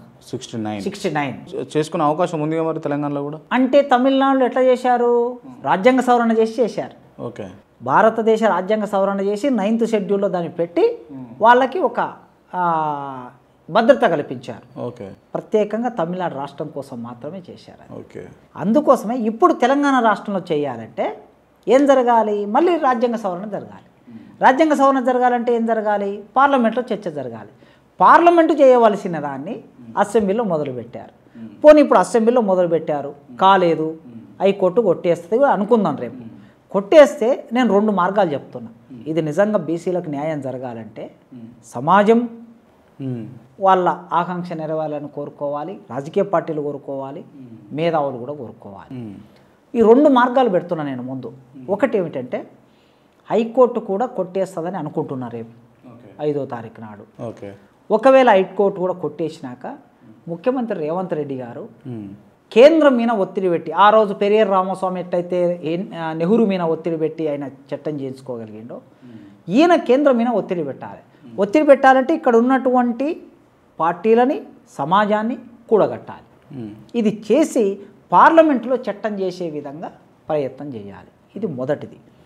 ఇక రెండవది, ఒకవేళ కేంద్రం చేయలేదనుకోండి, పార్టీల చేతిలో ఉంది కదా, ఏముంది, రేపు గ్రామ పంచాయతీ ఎన్నికలు వస్తాయి, స్థానిక సంస్థల ఎన్నికలు వస్తాయి. వచ్చిన తర్వాత మీ పార్టీలలో ఉదాహరణకి 100 సర్పంచ్ స్థానాలు ఉన్నాయి. 100 సర్పంచ్ స్థానాల్లో 42 స్థానాలు బీసీలకు ఇవ్వండి మీరు, మీ పార్టీ పరంగా. కాంగ్రెస్ పార్టీ 42 స్థానాలు ఇస్తుంది. నాకు కూడా అనిపించింది ఇది. బట్ ఏంటంటే నేను ఒక పర్సన్ అడిగిన ఇదే విషయం, అడిగినప్పుడు తను ఏమన్నాడంటే ఇది చట్టబద్ధంగా కానప్పుడు ఏం జరుగుతుందంటే ఈ పార్టీలు ఆ పార్టీలు తూతుమంతరంగా బీసీలకు ఇస్తాయి. ఇచ్చిన తర్వాత మళ్ళీ అదే పార్టీలు ఇండిపెండెంట్ క్యాండిడేట్లుగా వాళ్ళు ఆర్థికంగా స్థిరపడి ఉంటాడు, రాజకీయంగా స్థిరపడి ఉంటాడు, వాడు వచ్చి పోటీ చేస్తాడు. వీళ్ళు కొట్టుకుపోతారు, వాడే గెలుస్తాడు. మళ్ళీ వాడు కట్ చేస్తే మళ్ళీ అదే కండవ కప్పుకొని మళ్ళీ అదే పార్టీలో కూర్చుంటాడు. ఇట్లా న్యాయం జరగదు, ఖచ్చితంగా చట్టం జరగాల్సిందే, చట్టం జరిగి చట్టసభలల్లో చేయాల్సిందే అన్నట్టుగా చెప్పాడు. నేను మొదటి షరతు చట్టసభలే చెప్పాను. నేను చట్టబద్ధం కావాలి, పార్లమెంటు ద్వారానే చట్టం కావాలి, అదే మొదలు. ఒకవేళ పార్లమెంటు ద్వారా చట్టం అయ్యే వరకు స్థానిక సంస్థలు ఆగవు కదా. స్థానిక సంస్థల ఎన్నికలు జరుగుతున్నాయి గనక ఈ జరిగే ఎన్నికల్లో పోనీ మీరు అన్నట్లు 42 మందికి ఒక పార్టీ ఇస్తే, అన్ని పార్టీలు ఇస్తే ఒక 20 మంది మీరు అన్నట్టు జరుగుతుంది అనుకుందాం. ఇండిపెండెంట్ని పెట్టి ఇటు జరిగి అటు జరిగి అని మోసం చేసి కనీసం 20 మంది వెనక లాభం జరుగుతుంది కదా. కనీసం ఇవ్వని మొట్టమొదలు ఎంతో మేరకు ఒక ముందడుగు. గుడితో మెల్ల, గుడ్డి కన్నా మెల్లె బాగున్నట్లు ఎంతో కొంత మేలు జరుగుతుంది. కనీసం 10 మందికి మేలు జరిగిన 10 మంది ప్రతినిధులు బయటకు వస్తారు కదా. సో ఆ విధంగా పార్టీలకు చిత్తశుద్ధి ఉంటే వాళ్ళే అమలు చేయొచ్చు. ఆ అమలు చేయడం అనేది రెండవది. ఇక మూడవది ఏమిటంటే ఇప్పుడు దేశవ్యాప్తంగా తెలంగాణ రాష్ట్రంలో స్థానిక సంస్థల ఎన్నికల గురించి చర్చ ముందుకు తీసుకొచ్చారు. అసలు స్థానిక సంస్థలు సర్పంచ్, ఎంపీటీసీ, జెడ్పీటీసీ ఉంతెంత పోతెంత, బీసీలు ఎక్కడుండాలి, రిజర్వేషన్ ఎక్కడుండాలి, చట్టం చేసే దగ్గర కదా నీకు రావాల్సింది హక్కు. ఎమ్మెల్యేలుగా మీకు హక్కు లేదు, ఎంపీలుగా మీకు హక్కు లేదు. ఏదో పార్టీలు దయదలిసి, అగ్రకుల పార్టీలు దయదలిసి బీసీలకి ఒక 10 స్థానాలు, గౌడకు ఒకటి, యాదవులకు ఒకటి, ముద్రాలకు ఒకటి, తర్వాత కాపులకు ఒకటి ఇలా ఇస్తూ ఉన్నారు ఎమ్మెల్యే స్థానాలు. అట్లా కాకుండా నీకు చట్టసభల్లోనే 42%, 20% నాకు కావాలి, నా జనాభా ఎంత ఉంది నాకు కావాలంటే చట్టసభల్లో కూడా రావాలి. ఆ చట్టసభల్లో రావాలన్నా, స్థానిక సంస్థలో రావాలన్నా అసలుకు జరగవలసిన చట్టం ఎక్కడ జరగాలంటే పార్లమెంట్లో జరగాలి. కనుక పార్లమెంట్లో చట్టం చేసుకోవడానికి బీసీలందరూ ఏకం కావాల్సిన అవసరం ఉన్నది. ఈ బీసీలు వాళ్ళకి ఒక దళితులకి అంబేద్కర్ సిద్ధాంతం ఉన్నట్లు బీసీలకు ఒక సిద్ధాంతాన్ని రూపొందించకపోతే, సిద్ధాంతాన్ని ఆధారం చేయకపోతే ఇది ఒరిగడ్డి మంటలాగా వస్తుంది పోతుంది. అంటే పాల పొంగ అంటాం కదా, పాల పొంగి ఇట్లా వంగుతాయి, టక్కున బంద్ చేయగానే తగ్గిపోతాయి. దానివల్ల ప్రయోజనం ఉండదు. దీర్ఘకాలికంగా ఉద్యమం నడపాలి వీళ్ళు. దీర్ఘకాలికంగా ఉద్యమం నడిపి దేశవ్యాప్తంగా చట్టసభల్లో మాకు రిజర్వేషన్ కావాలి, చట్టసభల్లో రిజర్వేషన్ కావాలంటే పార్లమెంట్లో చట్టం చేయాలని ఆనాడు జయప్రకాష్ నారాయణ ఎట్లయితే ఇందిరాగాంధీ ప్రభుత్వానికి వ్యతిరేకంగా, అవినీతికి వ్యతిరేకంగా ఉద్యమం నడిపాడో, ఆ ఉద్యమంలో లల్లూ ప్రసాద్, ఆ ఉద్యమంలో ములాయం సింగ్ యాదవ్, ఆ ఉద్యమంలో నితీష్ కుమార్, ఇలాంటి నాయకులు ఎదిగారు అప్పుడు, బీసీ నాయకులు.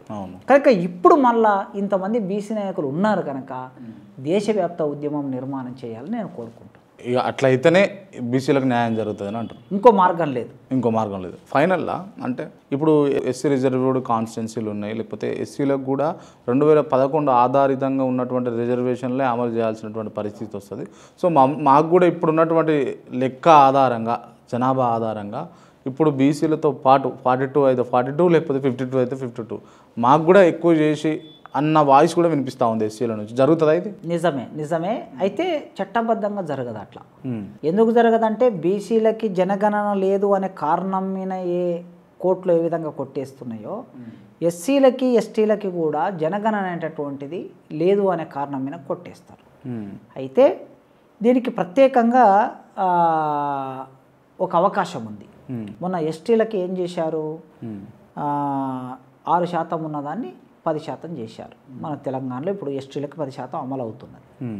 ఈ 10% అమలయ్యే ఎస్టీలకి దేని ప్రాతిపాదిక మీద చేశారంటే, ఎస్సీ ఎస్టీల జనగణన అనేది ప్రతి సంవత్సరం కలెక్టర్ ఆఫీసుల ద్వారా జనగణన జరుగుతూ ఉంటుంది. వాళ్ళకి రాష్ట్ర ప్రభుత్వాలు చేస్తూ ఉంటాయి, దానికి ఉండే డిపార్ట్మెంట్ ద్వారా. బీసీలకు జనగణన లేదు, ఓసీల జనగణన లేదు. ఆ విధంగా 2024లో కాంగ్రెస్ ప్రభుత్వం ఏ విధంగా అయితే సర్వే చేసిందో, ఆ సర్వే రిపోర్టు ఆధారంగా ఎస్టీలకు ఆల్రెడీ పెరిగింది వాళ్ళ జనాభా ప్రకారం. ఎస్సీలు ఇప్పటికి తెలంగాణ రాష్ట్రంలో 18% ఉన్నారు, కానీ రిజర్వేషన్ 15% ఉన్నది. వీళ్ళకు కూడా 18% రిజర్వేషన్ పెంచినప్పుడే రేపు స్థానిక సంస్థల ఎన్నికల్లో న్యాయం జరుగుతుంది అందరికి. లేకపోతే ఏమవుతుందంటే గ్రామంలో ఉండే వార్డులు కింద మీద అయిపోతాయి. ఇప్పుడు బీసీలకు ఒకళ్ళు 42% చేశారు అనుకోండి, 3 ఎస్సీ వార్డులు ఉన్న చోట బీసీ రిజర్వేషన్ అమలు చేయాలి కనుక బీసీలు ఆ వార్డులోకి వచ్చి, ఇప్పుడు వార్డు 1 ఉందనుకోండి, వార్డు 1లో బీసీలు ఉంటారు, ఎస్సీలు ఉంటారు, ఎస్టీలు ఉంటారు, కానీ అది ఎస్సీకి రిజర్వ్ చేయబోయి ఉంటుంది ఇంతకుముందు. ఇప్పుడు బీసీలకు 42% ఇస్తే ఏం జరుగుతుందంటే, ఆ బీసీలు కూడా ఈ వార్డులో ఉన్నారు కనుక ఎస్సీలకి కేటాయించిన ఈ వార్డు బీసీ చేతిలోకి పోతుంది. దాని మూలంగా ఎస్సీలకి నష్టం జరిగే అవకాశం కూడా ఉంటుంది. కనుక ఎస్సీలకి కూడా తగిన జనాభా ప్రకారం, నిష్పత్తి ప్రకారం రిజర్వేషన్ పెంచాలి. ఎప్పటి నుంచో ఆ డిమాండ్ ఉన్నది. ఈ సందర్భంలో ఎస్సీలు కూడా ముందుకు రావాల్సిన అవసరం ఉంది. ఎస్సీలు, బీసీలు, ఎస్టీలు కూడుకొని దేశవ్యాప్త ఉద్యమ నిర్మాణం చేయాలి. మండల కమిషన్ అప్పుడు ఏ విధంగా అయితే ఐకమత్యంతో పనిచేశారో అదే పద్ధతిలో పనిచేస్తేనే ఈ రిజర్వేషన్ పెరుగుతుందనేది నేను భావిస్తున్నాను. Okay sir, thank you. Me valuable time మాకు కేటాయించి ఇంతసేపు ప్రతి అంశాన్ని నీట్గా ఎక్స్ప్లెయిన్ చేసినందుకు మా వ్యూవర్స్కి thank you so much sir. Thank you.